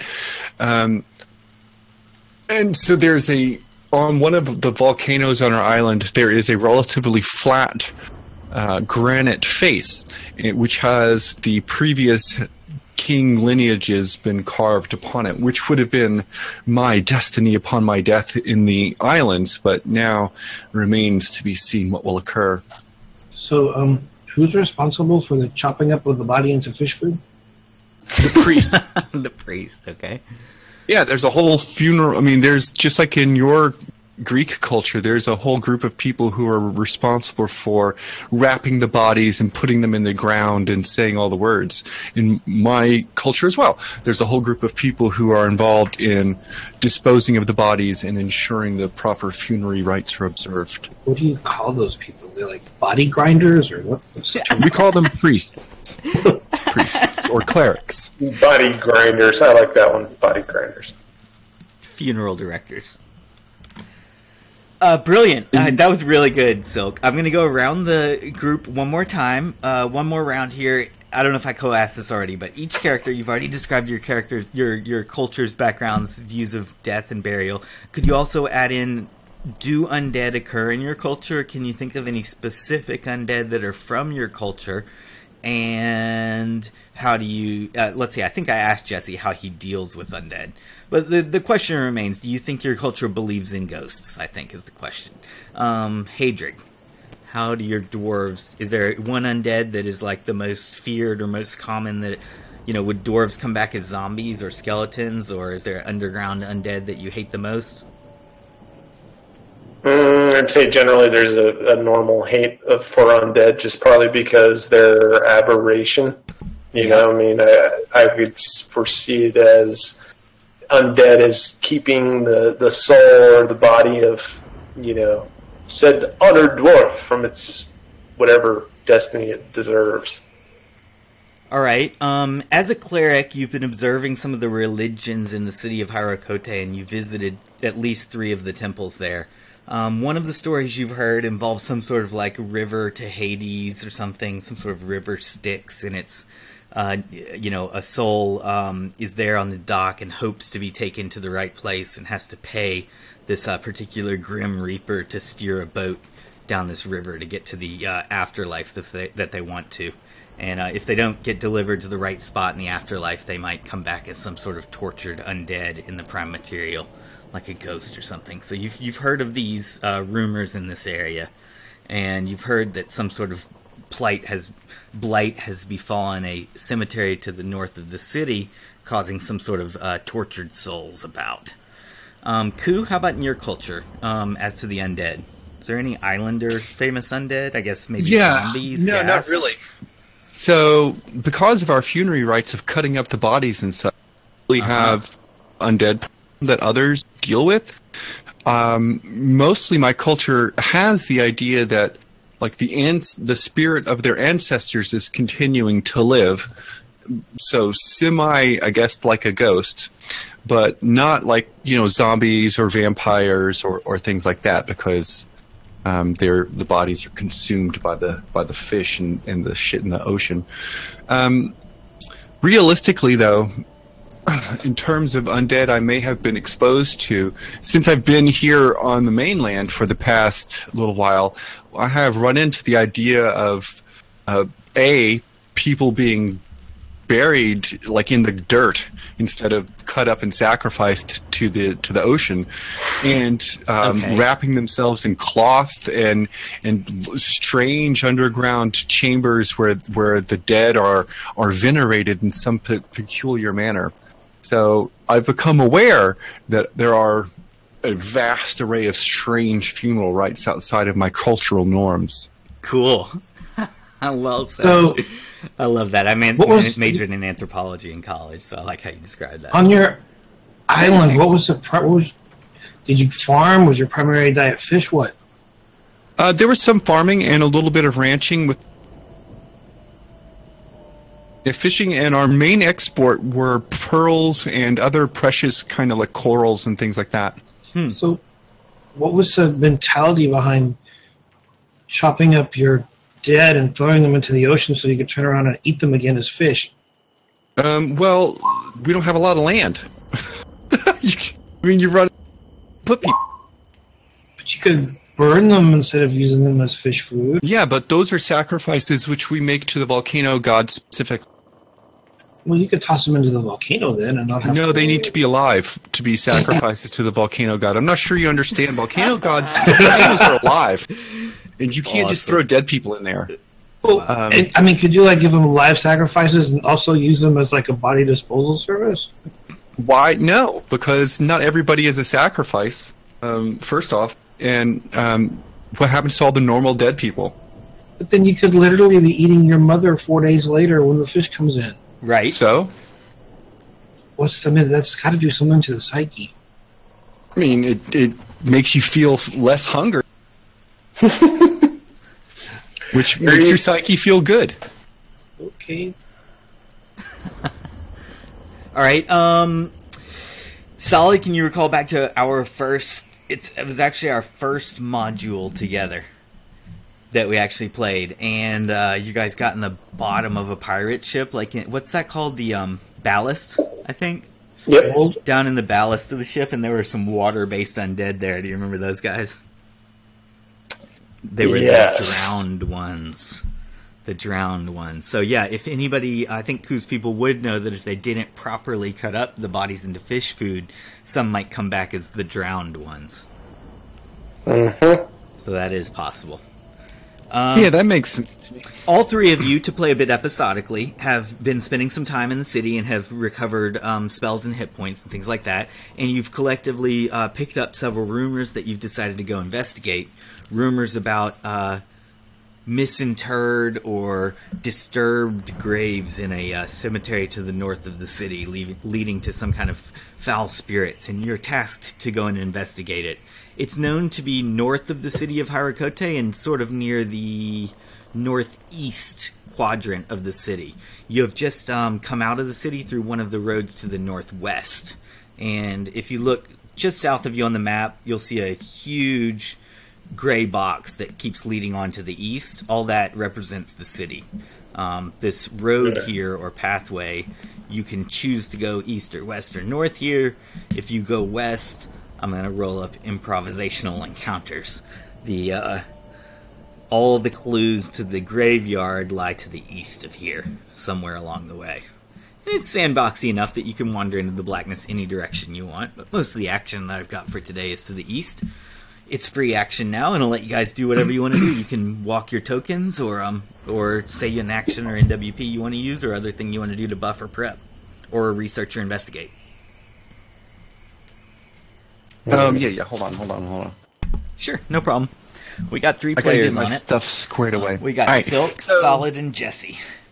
Deciding what to do. I am going to boldly proceed to the east, because I can see that though I'm perhaps unaware of what the heck that is, there is some sort of graveyard or funeral sort of area here, and something is approaching. How have we been tasked to come here? Was that by some sort of local official or something? Lex sold us into slavery. Hate to railroad you on that, but I don't want to go back in the city and play it out either. So what would have worked for you guys collectively? Because I know you have different motives, and that makes it a little hard to get you all on the same page. I figured by feeling out your burial rites and then saying that you heard rumors of these disruptions up here that maybe you tasked yourselves. I wouldn't want to go with an official tasking you because there's no way that's going to work for characters that don't feel lawful. Yeah, so Solid and I struck up a friendship when we were hanging out in. We're just kind of palling around and having adventures. And our toga-wearing, smooth-bodied Greek friend is, I'm not entirely sure, but so far we've gone on a couple of adventures to resolve some specific issues. So as far as I can tell, this is one of those above-ground burial things which might be particular to either my dwarven friend or my new human companion. Yes, and perhaps I'm down for the adventure. You'll be able to resolve it and sort of gain in power along the way. Maybe. Well, decide then if to you're be entitled honest, to any loot that's found. Yeah, you can't get any more powerful.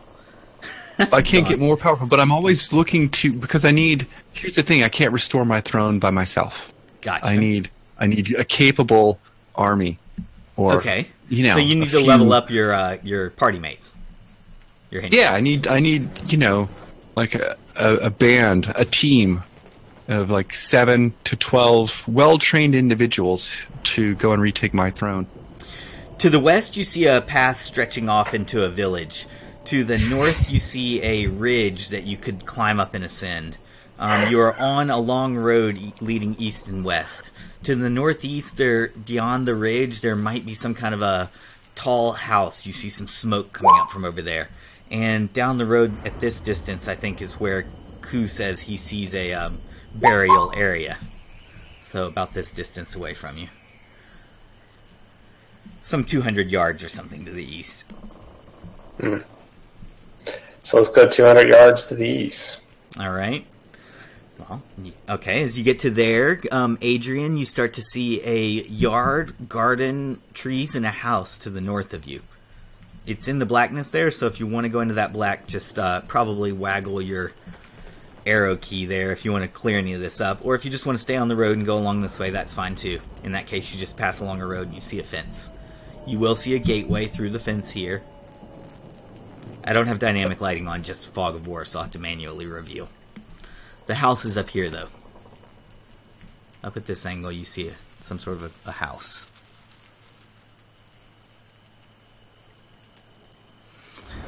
Alright, you approach the edge of a garden. There's a garden wall near you there.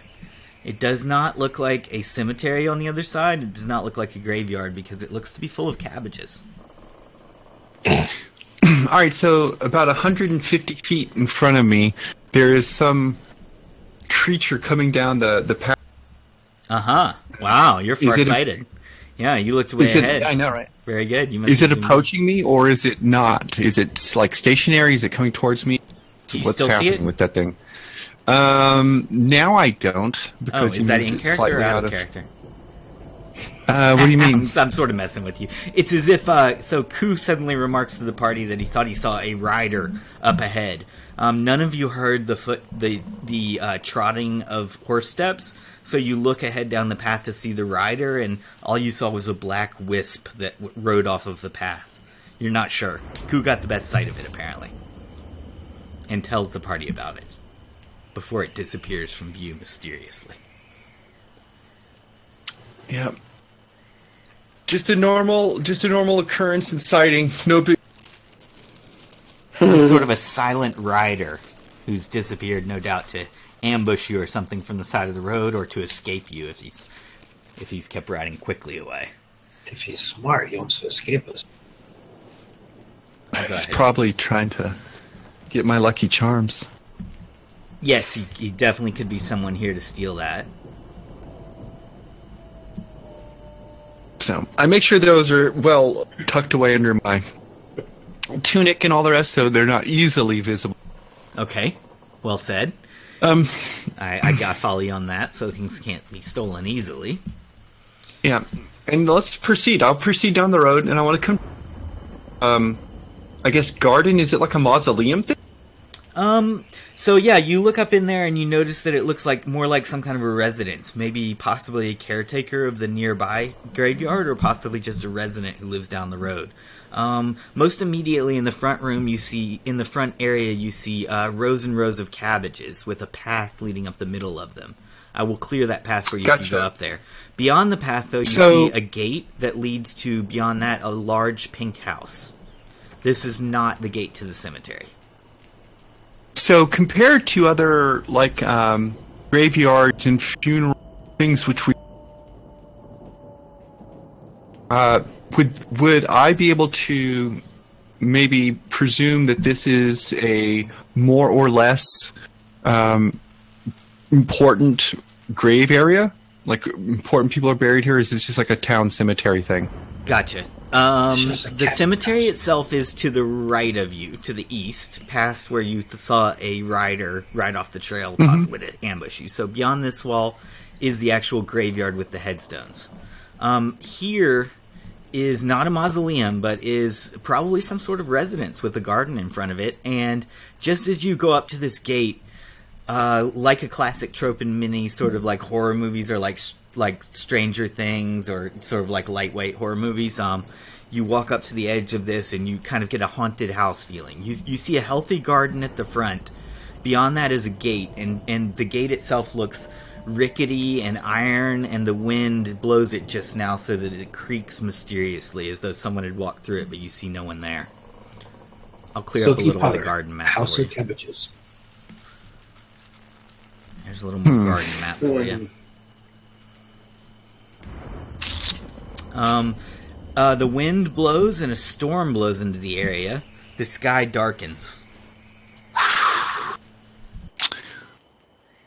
I will proceed up the path then towards the residence, ignoring the plentiful cabbage all around me.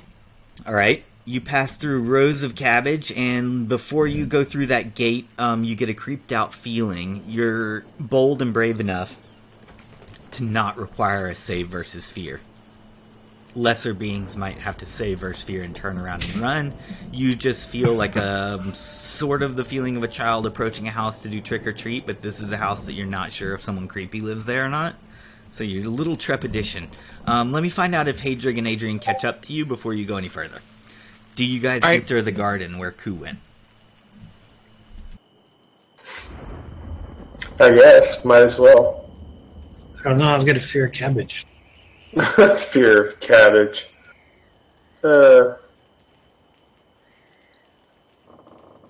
Fear and loathing in Los Cabbage. Exactly. Cabbage.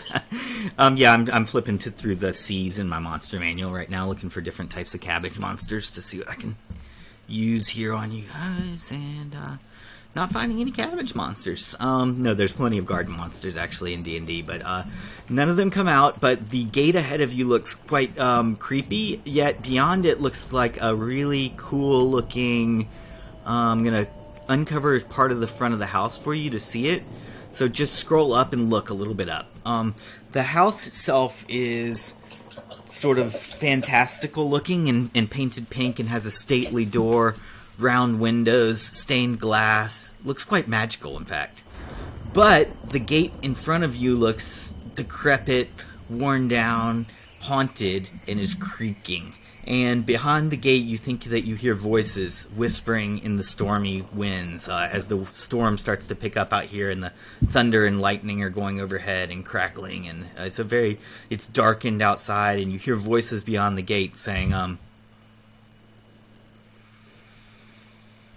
Do not enter here. Go back. Go back beyond the cabbages. You do not belong. I will when I hear like the whispering and vaguely make out what they're saying. I will casually reach down and pick a cabbage out of said cabbage patch. Okay. And just kind of munch on it and call across the wall or into the gate.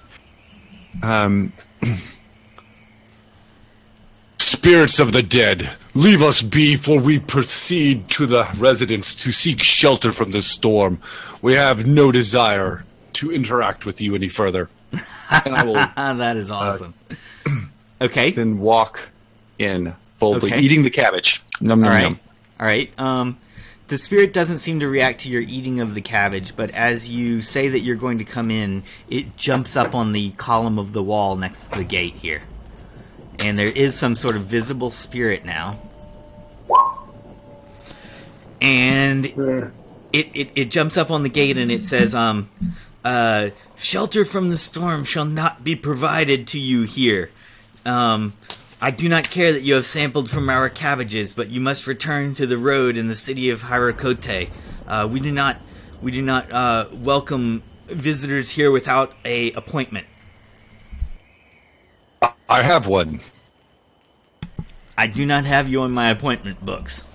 What is your name again? I'm a king. I am a king. I do not put my name in appointment books. Definitely no kings down for this Monday. Nope, not supposed to I be have to any keep a kings low coming. profile. You can imagine that you wouldn't want to know that a king is coming to a particular place. So this is why it's not on the book. But don't you worry. I'm completely authorized to be here. You don't have us listed as a party of 3?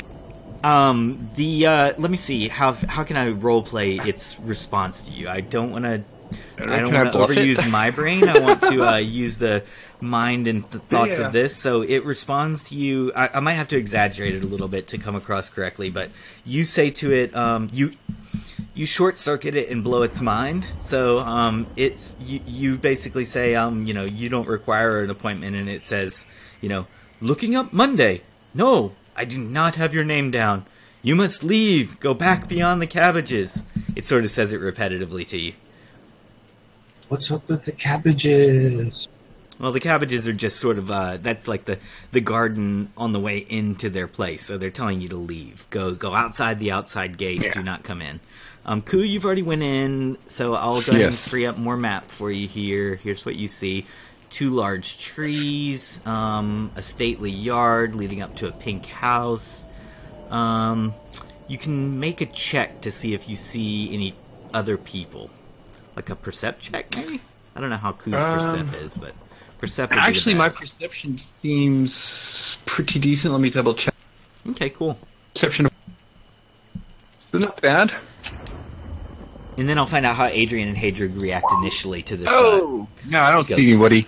The wind is clearly, kicking up some dust and dirt around me, and as far as I can tell, there might be that spirit that's talking to me, but other than that, there's no other. I mean, my companion's behind me, but there's no one else here that I can tell.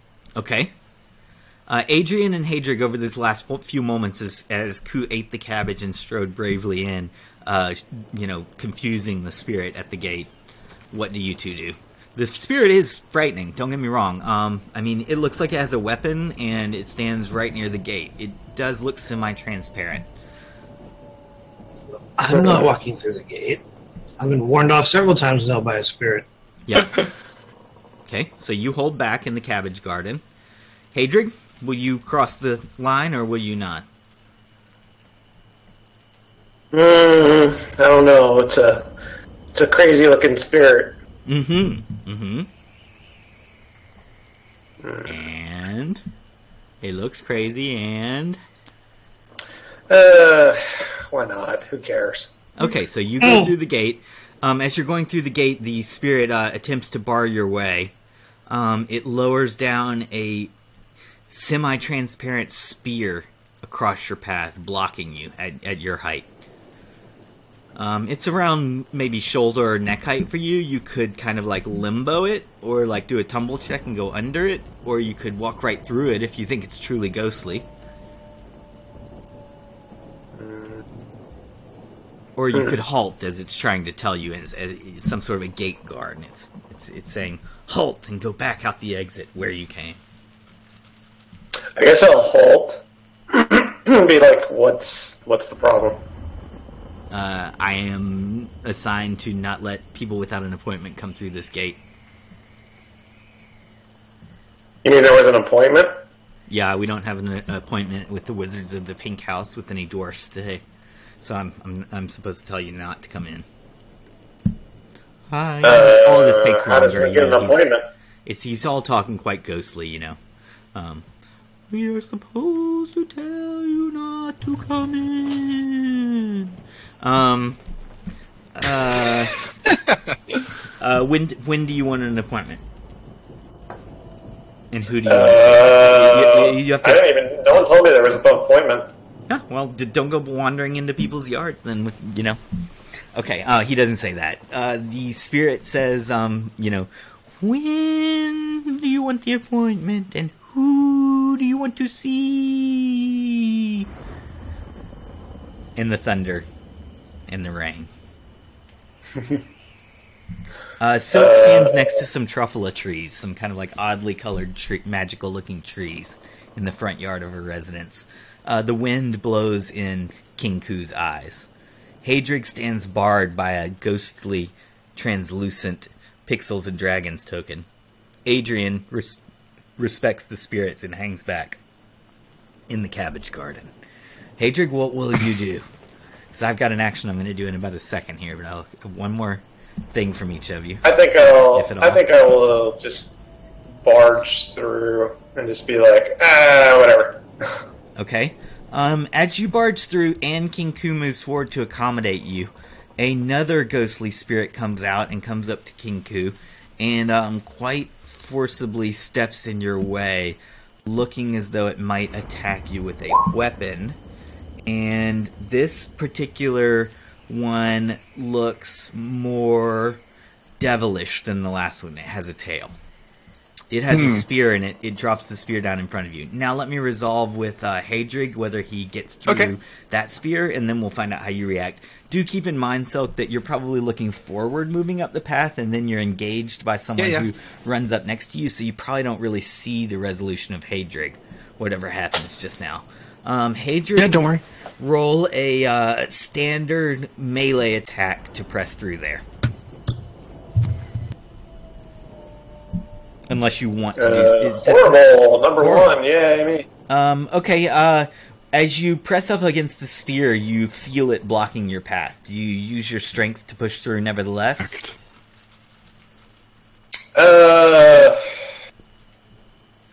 Probably just to give it a try. The spirit seems crazily strong and corporeal. It pushes back at you, and you feel pushed backwards.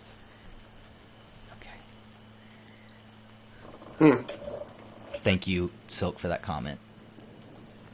I think I'll stop for a second and kind of ponder this one for a second, because it's something is trying to keep us out of here. Actively keep us out of here. So. Okay, do you want to do any kind of check or any kind of attack or negotiate or just check it out? I'm assuming when you tried to walk through, were you trying to walk through as though a weakling guard was standing there with a first level 1 silver piece spear that you could easily push out of the way, or were you pushing through with the sense like, oh, if it's a ghost, I'll just walk right through it? Probably pushing through like a ghost, walk right through it type thing. You know, I mean, it's kind of I can't tell whether this is a ghost or is it, illusion of some kind, or what is this thing? Okay. So, have you encountered any of either of those things before? No, just suspecting. Okay, you feel suspicious, but you can't make it out. Again, you're physical sensations, your senses, your sense of touch and pressure is telling you the opposite of what your mind hoped that it would be. So you're like, damn it, I thought it was a ghost, I'd walk right through, but I'm feeling the spear pushing me back. What should I do? Adrian, you also confront a different spirit, this one more devilish with a tail. It flicks its tail on the ground. You see a bit of dust rise up where the tail hits. It drags its spear through the dirt. It makes a line of mark of the spear in the dirt. He holds his spear up in front of you. It's somewhat see-through, but you think it's there. I'm just going to wave and smile at it. Hi, ghost. I'm not crossing your line, don't worry. I meant to say that one for Koo for Rainbow Silk more than for Adrian. But sorry. yes, thank you. Okay, Adrian's hanging back. I want to find out what's happening with Koo right up here with this confrontation because another spirit, we're calling them spirits for now, the one with the tail, runs up on Koo. That's what I meant to say. Yeah, and I make sure you drop that in the other. Yeah, thanks for pointing that out. I appreciate it all. I've got them both right next to me, so sometimes I leave them up for a minute and then get to it. So it's in front of me. It has its spear down. Does it say any word? Does it indicate it can talk? I guess. Yeah, it does. Oh yeah, it can talk, Okay. and it's basically repeating similar instructions. It's trying to get you to flee. It's trying to get you to go away. You're not supposed to be here. I am supposed to be here. I have an appointment to see your master. I suggest that you summon your master to the door, for you would certainly not enjoy the punishment should you not allow me to keep my appointment with your master. Can I tell you there might be a very good reason that you have been kept out of the loop of who your master meets with? Can you even name the master? Oh, and they say this with a more ghostly thing. They're like, who is your appointment with? Or I get you. I heard you. You don't have an appointment. Such about you. Which master are you here to see? I'm here to see the Mac. Thunder crashes and Koo's mic cuts off. You're here to see the Mac Daddy? Is that what you said? Wait, for real? My mic cut off? Yeah, shit. you said I'm here to see the. Oh. I'm here to see the master of the pink. Oh, is that what you said? Okay. Yes. She, or I think this one's he, the other one's a she. This one, he unbars the way for you and says, the master of the pink house awaits your arrival. Very good. Okay, so apparently you guessed a code word that was relevant there. Hadrig, you're still barred. I had an appointment. This I was saying all along. Yes, I'm bored. I'm just kind of sitting there not wanting to go through, but I guess I will take a look and figure out what to do. Yeah, I mean, take a look. There's two spirits kind of between you and where Koo has gotten off to. Adrian's hanging back, Koo's pressing forward, Hadrig's stuck in a middle position with some spirits around him. What are these spirits? What are they doing? What are they doing? What is happening? Who knows? Indeed. So I will continue then walking to the... Okay. As you get to the door of the house, there is an... I don't want to give him away too much. There is a person standing near the door of the house. And well, I have a tendency to call people like by their class or their race or something. And okay. I was a recent after D&D game, how do I make the game better? Someone said, you should say a short person with a beard and stout instead of saying a dwarf fighter is standing there. So a person is there, and they are standing on the steps near the door. They appear to be some sort of doorman. And let's take a look at this Pixels and Dragons token art from the Roll20 marketplace. I think the artist of this, Dr. Disaster, is one of our stream followers and might be watching and might come play on the stream someday, so that's kind of cool. Gotcha. For a special guest cameo appearance, so there we go. Yeah, I have these guys, they're all labeled the same, Wizards of Pink House, but I know which one is which by their look. They're slightly different people, but you used that, or just the sight of the Pink House itself, to guess that you could say Master of the Pink House and be let in. Here, a doorman stands, and he's clearly a magical type of doorman. He's clearly a magic-using doorman. He tosses a bit of fire and electricity between his two hands just now. Okay. I will approach him as I will say that it's an interesting effect that you produce with your hands. Please direct me to where the master is at this moment so I may make my visit as expeditious and efficient as possible. As a busy noble, I really don't have time to dawdle. I'm sure that your master appreciates this. My master indeed will appreciate it, but I myself do not recognize you. I am so sorry. Who may I say is calling? I am King Ku, the islands of Mala'atu. Yes, Mr. Ku. Wait right here, Mr. Ku. Be right back. And he actually enters, announces your arrival, and then lets you in through a double door. I don't have an interior map, so I've decided, place yourself to the side of the building if you want to say that you're in the building. All right. Putting yourself on the roof doesn't black. look very good, so I'm going to undo some of the black so you got more room to do yourself to the side. Yeah, that's a fine spot. Perfect. Okay.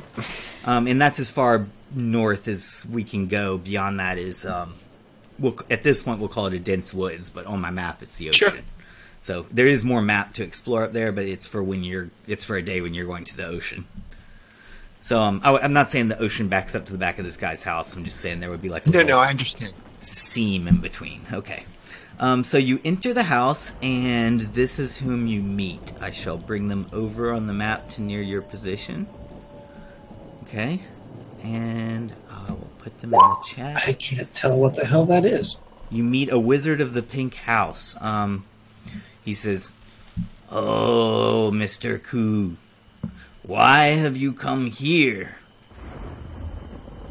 You are not a master of arcane arts. You do not come here seeking spells. Is it potions? Is it scrolls you want? Is it knowledge of the universe?" Your artist is in this Twitch stream, by the way. Cool. I seek two things, friend. I see. You have correctly divined. I do seek knowledge of the universe. Surely you know my plight and how I have been pursued, and I seek to know an answer that I cannot find for myself, and only those of the mystic arts may grant to me.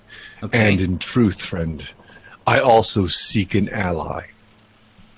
Oh, an ally. Okay, let me take both of those things on. He will offer you truth for 200 gold pieces, or even better, truth for 500 gold pieces. He says that the 200 GP truth is an augury that we can ask the gods, and the 500 GP is his power of divination. He also says he can identify a magic item for you if you seek that sort of truth, and he can speak with the dead if necessary. So those are his ways of giving you truth. Your other thing was an ally. He says, the wizards of the Pink House shall remain neutral in this matter. What is your conflict of allegiance? He's asking what you need allies for.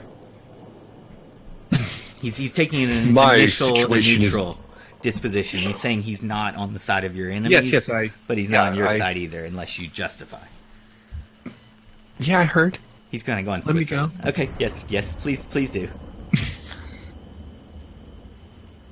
Rainbow Silks, presenting King Ku, talking to the wizard of the Pink House, who looks like this.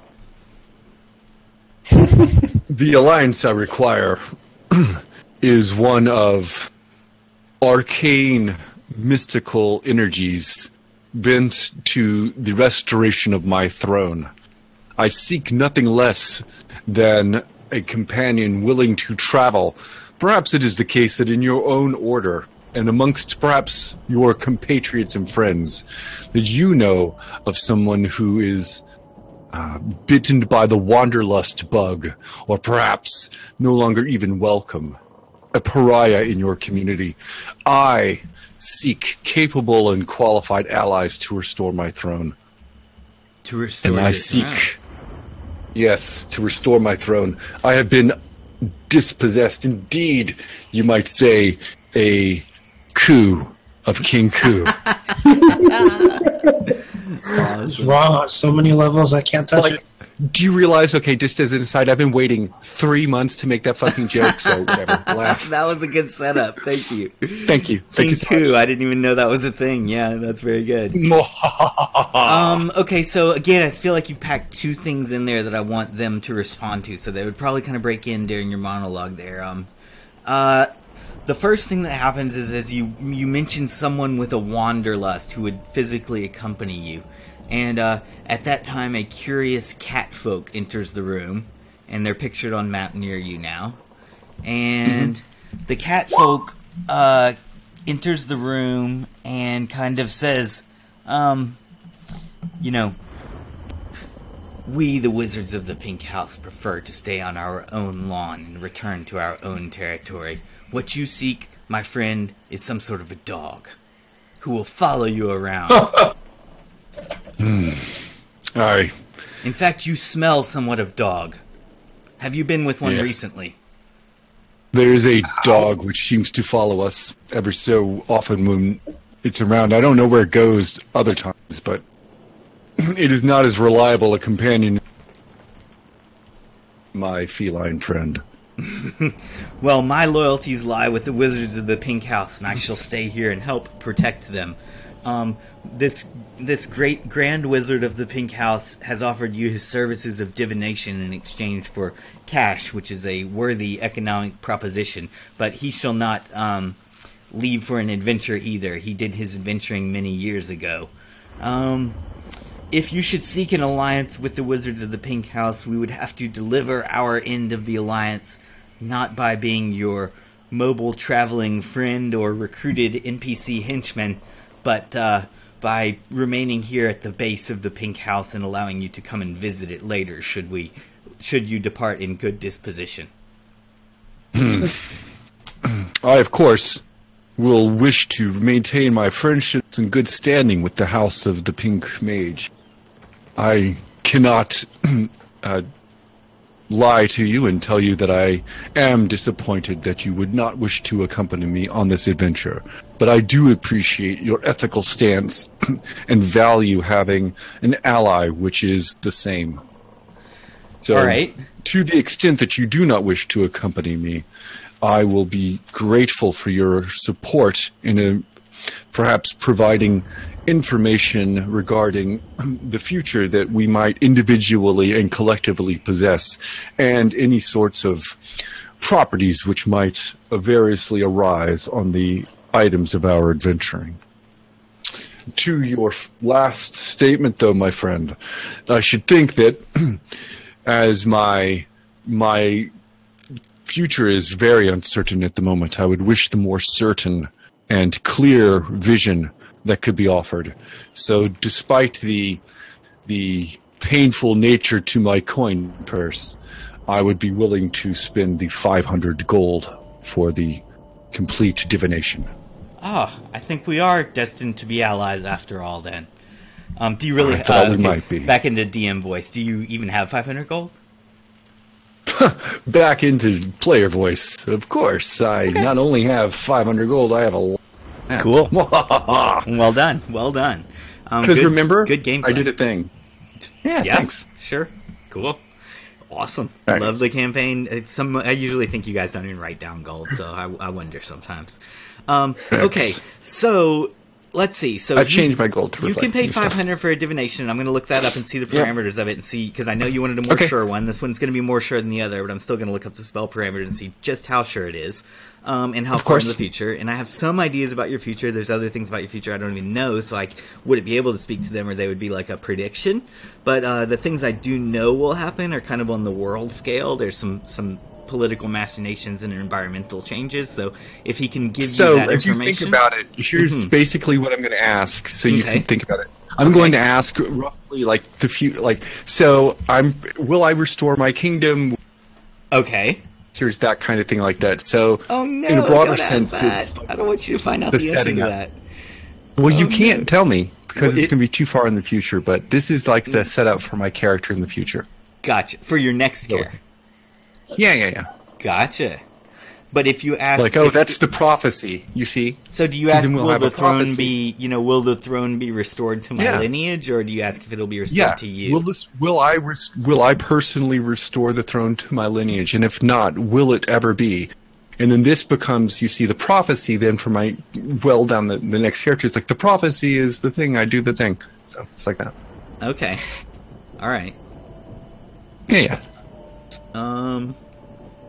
My spell is not loading properly in my spell source here, so that's kind of frustrating. Here it is.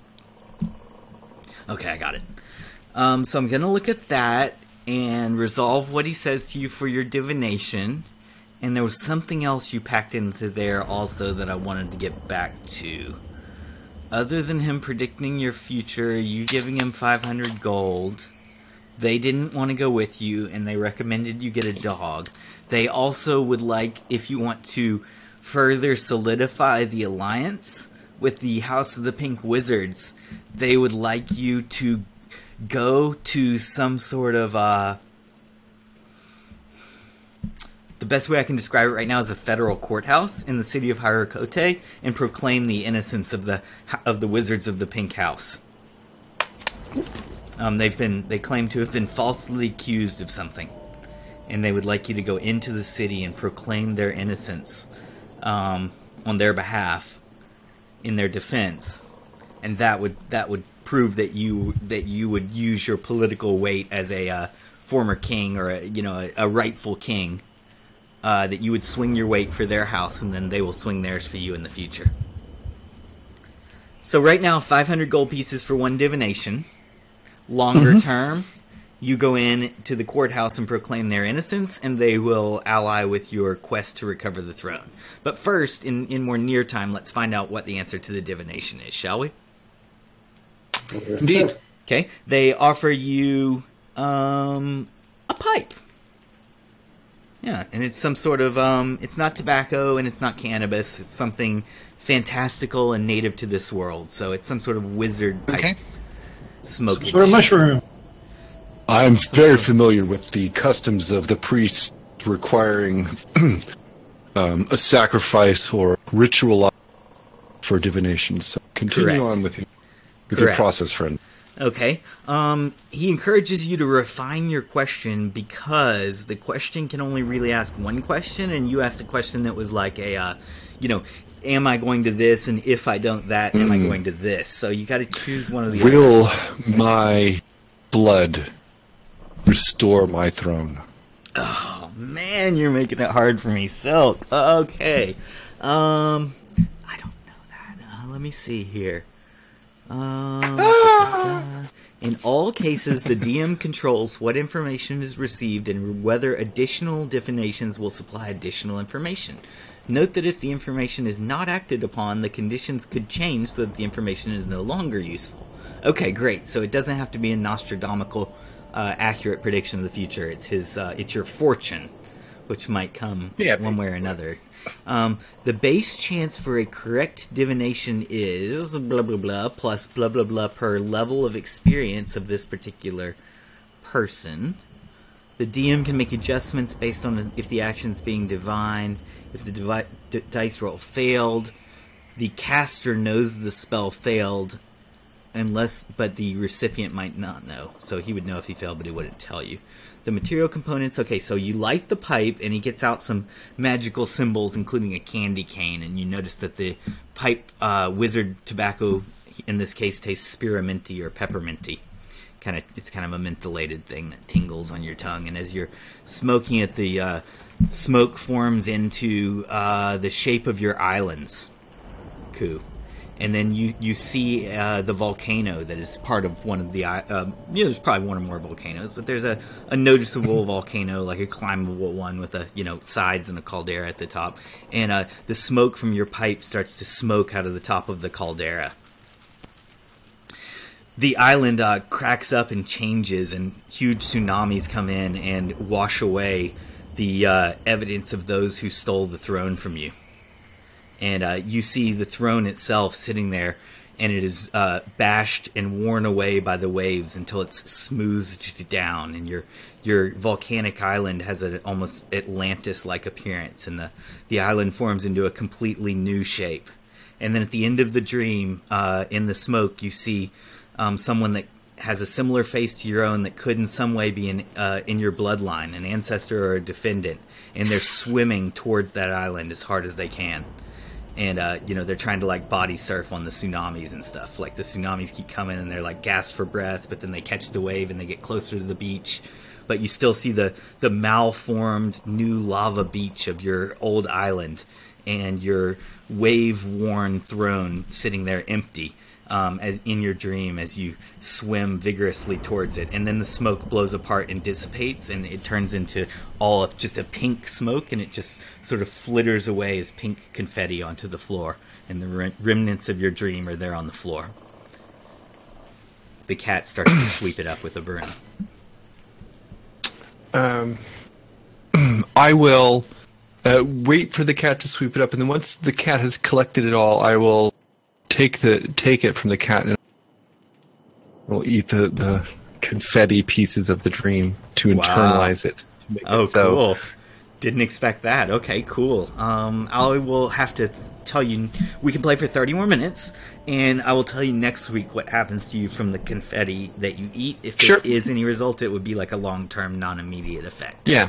So I don't know. Yeah. And if anybody can play for longer than 30 minutes, that's cool. But the usual stop time is in 30 minutes. So we're I do want to get in some combat and some exploration on the day, and I want to get the full party together. So that is the reason why I will speed things along a little bit this time. I think the Pink House encounter was awesome, Koo.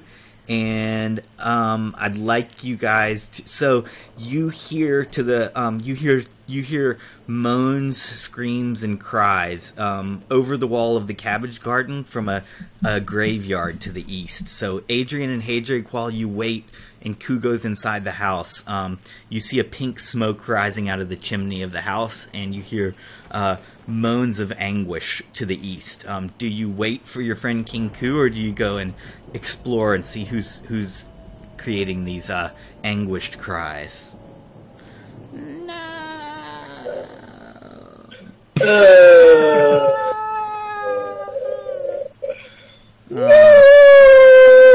And it sounds like a 7-minute recording of crying toddlers and things that have been taken away forcibly from their parents. Or maybe it's undeads, you're not sure. Maybe it's ghosts, maybe it's zombies.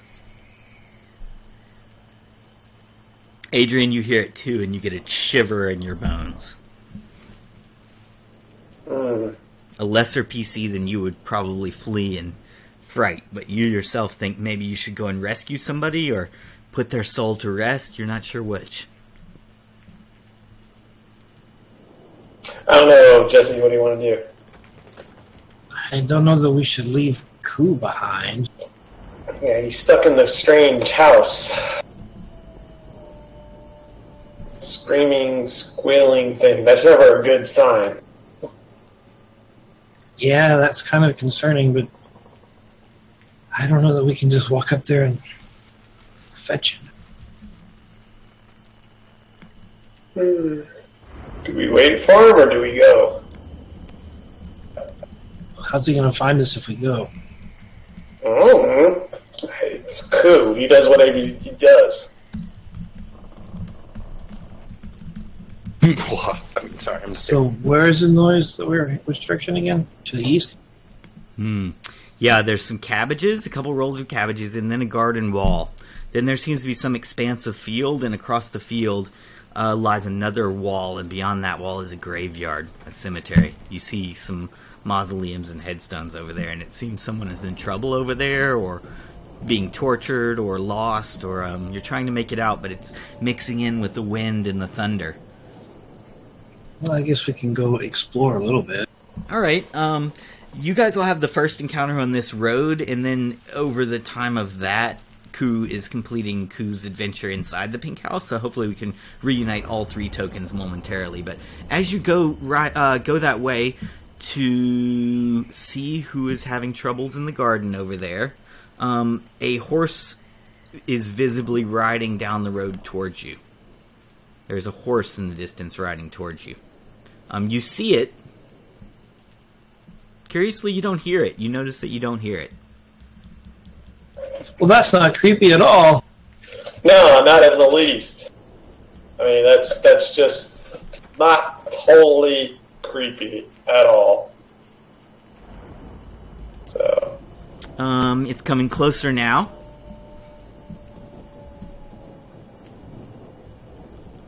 And you hear the wind howl and the wind blows, and you look ahead and you see the cape of the rider blowing in the wind and the tail and the mane of the horse blowing in the wind.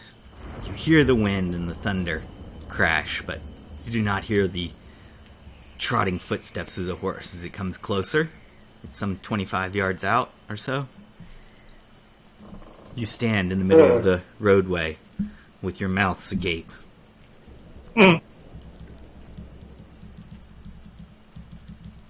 Cat back to the map. I'm running him up. Well, that's never a good sign, a big thing flying through there, etc., etc. Maybe we should go back up the path and let this horse pass first. I am concerned that it has nothing good comes from that. Ooh, and there's something undead moving forward, so yeah, I say we go, forget this! Exactly. Just step back around the corner. Alright. A horrifying visage runs past you, and you both need to make a type of a saving throw. So roll d20s for me. You're trying to roll them high in this case. If you have rings of protection or other benefits against mental attacks or fears and things, you can tell me. Oh, okay. Adrian saves. Hadrig does not. Hadrig, you're so frightened by the rider that you must run up the path away from him. Right. So you should be able to see on the map just now as the rider sort of animatedly rides past to the you. north or to Yeah, probably. I think you can only run into the gate, so he passes you at the gate. Yeah, he would make you run that way. So you're sort of out of the frying pan into the fire. You run up that way and encounter the other two spirits there. The rider goes out of the distance of vision around the curve of the mountain, but after a while comes back riding in the other direction and passes again. Adrian, again, you stand your ground, but you see an undead rider silently pass and go in front of the graveyard. Hadrig, you're confronted again by the two spirits who say, "Do not enter here without an appointment." I'd be like, screw your appointment, I'm just trying to hide from the ghastly thing down here. They say, not our fault. That's what everybody says, not my fault. All right, King. I'm not going into your pink house. I just want to sit right behind this gate. Sure. As you sit behind the gate in the cabbage garden in a thunderstorm with rain and lightning, King Ku emerges from the house. You notice that he has pink glitter in his teeth as he smiles at you. Pink glitter. Ku, do you want to walk down out of the house? And I mean, would you walk down to where Adrian looks over is? into Hedrick and says, "I think we missed the strippers." Yeah, I'll come down. You guys want strippers more than D&D. Hadrig and Adrian. I don't want to rush you guys, so I'll say we're definitely going to pick the same adventure up next week, and I hope to have the same 3 players here so that we can continue this one, because we only got like halfway through it. But, we can go for like 20 more minutes, so there's still the possibility of fighting something small today. That's up to you guys. I don't want to force you to it. Okay, onward. Ku, you exit the house, and now it's in your hands to narrate what you do or what you like. So I exit the house and I can see those two things. Those things are there. You can see them. Yeah, you can see them. Okay. And so I will walk towards them, and I will say, "Spirit, as you know, I am you are now allied with me, helping me while you are here at the Pink Estate. Would you please take care of my friends and make sure that they are safe? Pink Estate sounds like some Cold War conspiracy term. Okay, you short-circuit the spirit again. I want to make a joke here, so this isn't literally what it says, but this is just a thing in my life that I like to say when someone says something irrelevant to what you said. So you say, you're allied with me now, and they say, asparagus. So, basically, you say something and they respond to you, but they respond to you in a programmatic way that you can tell they're feeding you a line. They're not responding to what you actually said. You could be like, oh, look behind you, a flock of turtles, and they would be like, do not come in without an appointment. I understand. Okay. So, I will still tell them that. Make sure my friends are safe. Please secure them. The master has indicated. Cool. And I have no idea, because I guess I see, like, Hadrig popping back in, moving quickly down from the road. That's right. You see the dwarf running towards you with a glazed fear in his eyes. Right?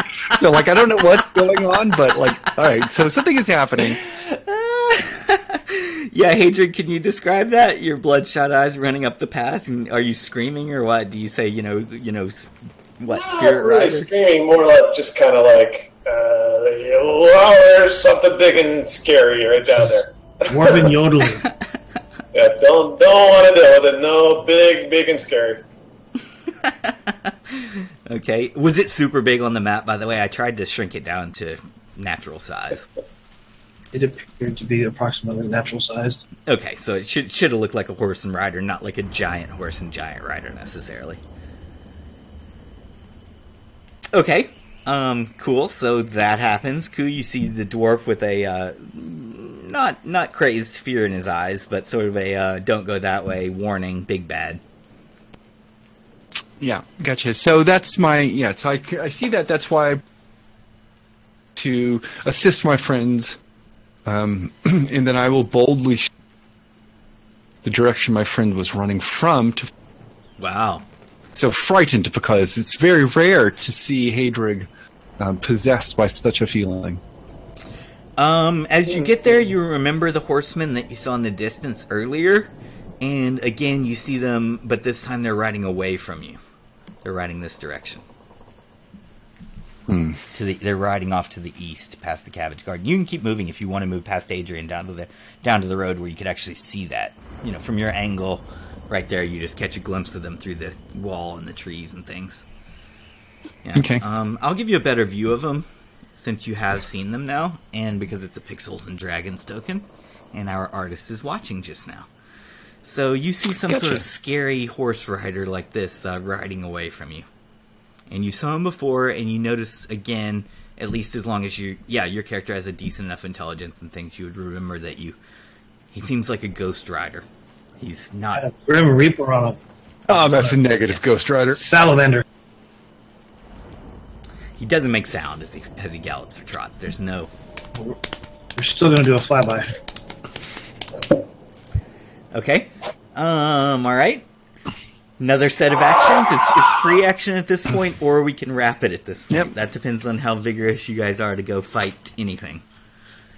Mm-hmm.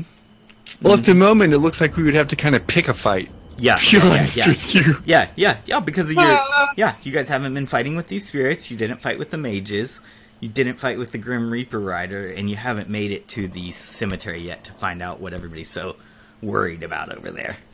Alright? Walk on towards the cemetery, or call it a day here and pick it up walking towards the cemetery next week? This is probably a good place to call it a day. If we have other people next time, they can pick up. Okay. Yeah. Do This is a good all spot three for of them you to think it would be awesome if we had the same three back next week, even with others too? But Silk, Solid, and Jesse, pretty right now. As of now, you're likely for next Monday. Yeah. That's We're my trying to plan. recruit a couple of other people. I've invited Sarah and Garth to join, so we'll see if we can get them on board and making characters. Since we did stream today on Twitch TV/Gold Public, and I'm trying to make a show there, I want to let you guys know that we've progressed to 49 followers, which I'm proud of. And my current goal for the last few weeks has been to get to 50 followers, so we're almost there. That's pretty exciting. And we've been putting a lot of these adventures up on YouTube, so some of them are documented there as well. Solid Hybrid, I did the reverse dungeon again this weekend on Saturday, like we did a year ago, and it was really fun. Got some material there. And playing in a campaign with Lex on Sundays also. So Sundays and Mondays we've got a show on Twitch TV, and at the end of the show I like to go through all the players, get any shout outs, maybe your favorite charity, maybe say your favorite thing about AD&D 2E, because we're 2E enthusiasts here, or give me a comment or feedback on how to be a better DM, or a hook for your character for next week's game. I think we already know that you'll be leaving the yard of the Pink House and either going into town to defend the honor of the Pink Wizards at the courthouse, or going to the graveyard to explore the source of these mysterious winds. So, yeah, my shout-outs are to the end of Roll20 Con that's happened this weekend, my players who were able to show up today, and those who want to join the game soon. Thanks for playing Campaign Gold with me. And Adrian, what do you want to say at the end of the session and the end of the close of the stream? I want to shout out to Lex. I hope your wife is doing okay. Yeah. I hope you get to come back soon. Yeah. And fellow player. Catch you guys next week. Cool. Solid, Hybrid. Well, first off, I got to say 2E is the best version. Why? I mean, come at me, bro. It's the truth. All the rest of you posers playing anything else, oh, come and get wrecked. It doesn't have to be edition wars, but I mean, you could either compare it to one other edition or just say like a feature of it that makes it. We gotta throw it down. That's right, people. 2E's the best. All right, I'm just gonna go gang style. Okay, yo, bum rush the 2E. All right, we're all here. I'll do the 2E chant with you. Here we go. Everybody ready? 2E, 2E. 2E. You gotta use 2E. It's the best. Second edition in the house. Okay. Did you say second edition? Second edition. AD&D. You better check yourself before you wreck yourself. That's an advanced tier for Dungeons and Dragons. Yeah, thanks for sticking along with us. We're a bunch of goofballs. I hope everyone has fun. Right on. I agree. All right. Koo, will you give us Silk? Will you give us some parting words for the stream? You're really good at that, and Rainbow Silks does their own streaming on Twitch TV/Rainbow Silks, and it's usually IRL streaming, which means it's this player who's here playing King Koo in the game is really engaging. So it's like a AMA live chat thing with Rainbow Silks quite regularly when they're not playing a game. So will you sign us off? Absolutely. Hey everyone, thanks for stopping by tonight at the fantastic Gold DM. Playing a Founders Edition campaign. Soon we will transition to our legacy character actually going to adventure with for long term. We really do appreciate you coming and hanging out with us. We know we're just getting our things sorted. We hope you like the stream so far and grow with us as we continue to expand and get new characters and players and features added in. We've had some fantastic fun today. We've had it over the past several months together. We hope you join us next Monday. Nice. Same bat time, same bat channel. Woot! Yes. Well, mostly the same time, but definitely we try. the same channel. Yeah, we're trying on the times. Gosh, yeah. And yeah, really. if you want to pop over tonight and hang out with me, that would be great. I stream at 8 o'clock, and we go overnight, and we hang out and talk about things. I also found out that the pixel artist who did some of the art in the game, not the familiar Legends of Zelda backgrounds and not the Legends of Belfum character tokens, but some of the monster tokens and wizards we use today, that's Dr. Disaster or Desurion123, and they do a stream of Dungeons and Dragons, but they do it in the language of Spanish. And that is going to be on later tonight in their time zone. And I think that's maybe going to be more like after this stream, but before Silk's other stream. So you might have time to check out both those channels tonight. But yeah, pop over to goldpublic/Twitch and look in my following, and you'll find these people and everyone else that's in my network, including people who are in the 2E streamer network. So I'm hooking up with everybody I can find, regardless of what virtual tabletop, whether it's at home, Fantasy Grounds, Roll20, Map Tools, or otherwise. If they're doing 2E online, I get them on there. Or if they're super cool like Rainbow Silk, then I add them on my auto-hosting as well. Okay, good stream, good game. Thanks. I'll see you guys next Monday. Thanks. Anybody Take care, wants to hang everyone. out in the Discord or the Twitch, keep chatting, that's fine. And I will do a raid for those who are in the Twitch.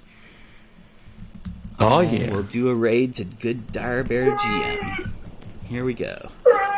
So stick around if you are in Twitch TV on my channel. And yeah, you're welcome, Desurion. I hope I'm saying that right. I can't wait to meet you and let you hopefully do a cameo appearance on my game. That'd be awesome. But stick around. Thanks for the art, Desurion. Yeah, I really appreciate it. Love pixel stuff. We're going to go raid a 5e game, but it's still going to be Dungeons & Dragons. It's actually a really good one. Dire Bear GM. Larry Dixon is a player on it, and he is a former 2e player in this game. So, styles of Larry Dixon. It's cool still. It's cool. Thanks for being here, Zen. Cheers, Hey. Whoop, whoop. After we do a raid, it's nice if you're still on there to put a couple words in the other person's chat to let them know we're raiding. Boop, boop, ba, doop. Yippers. Hey, thanks for the game today, everybody. I really... I had fun. I had fun once we got going. Yeah, me too. Thanks for showing fun. up, Silk. I was here by myself for a little while at first, and I was like, shit, no one's coming. And then people came in. I'm always late, man. I know, but like usually Chris gets here early, and even Chris wasn't here, and Lex is a pretty regular too. But Lex actually let me know in advance that they weren't coming, that he wasn't coming because his wife is getting some treatments done on Monday right now. So keep Lex in your thoughts and prayers. Gotcha. And I probably won't be here. Oh, depending. It's getting close. Only got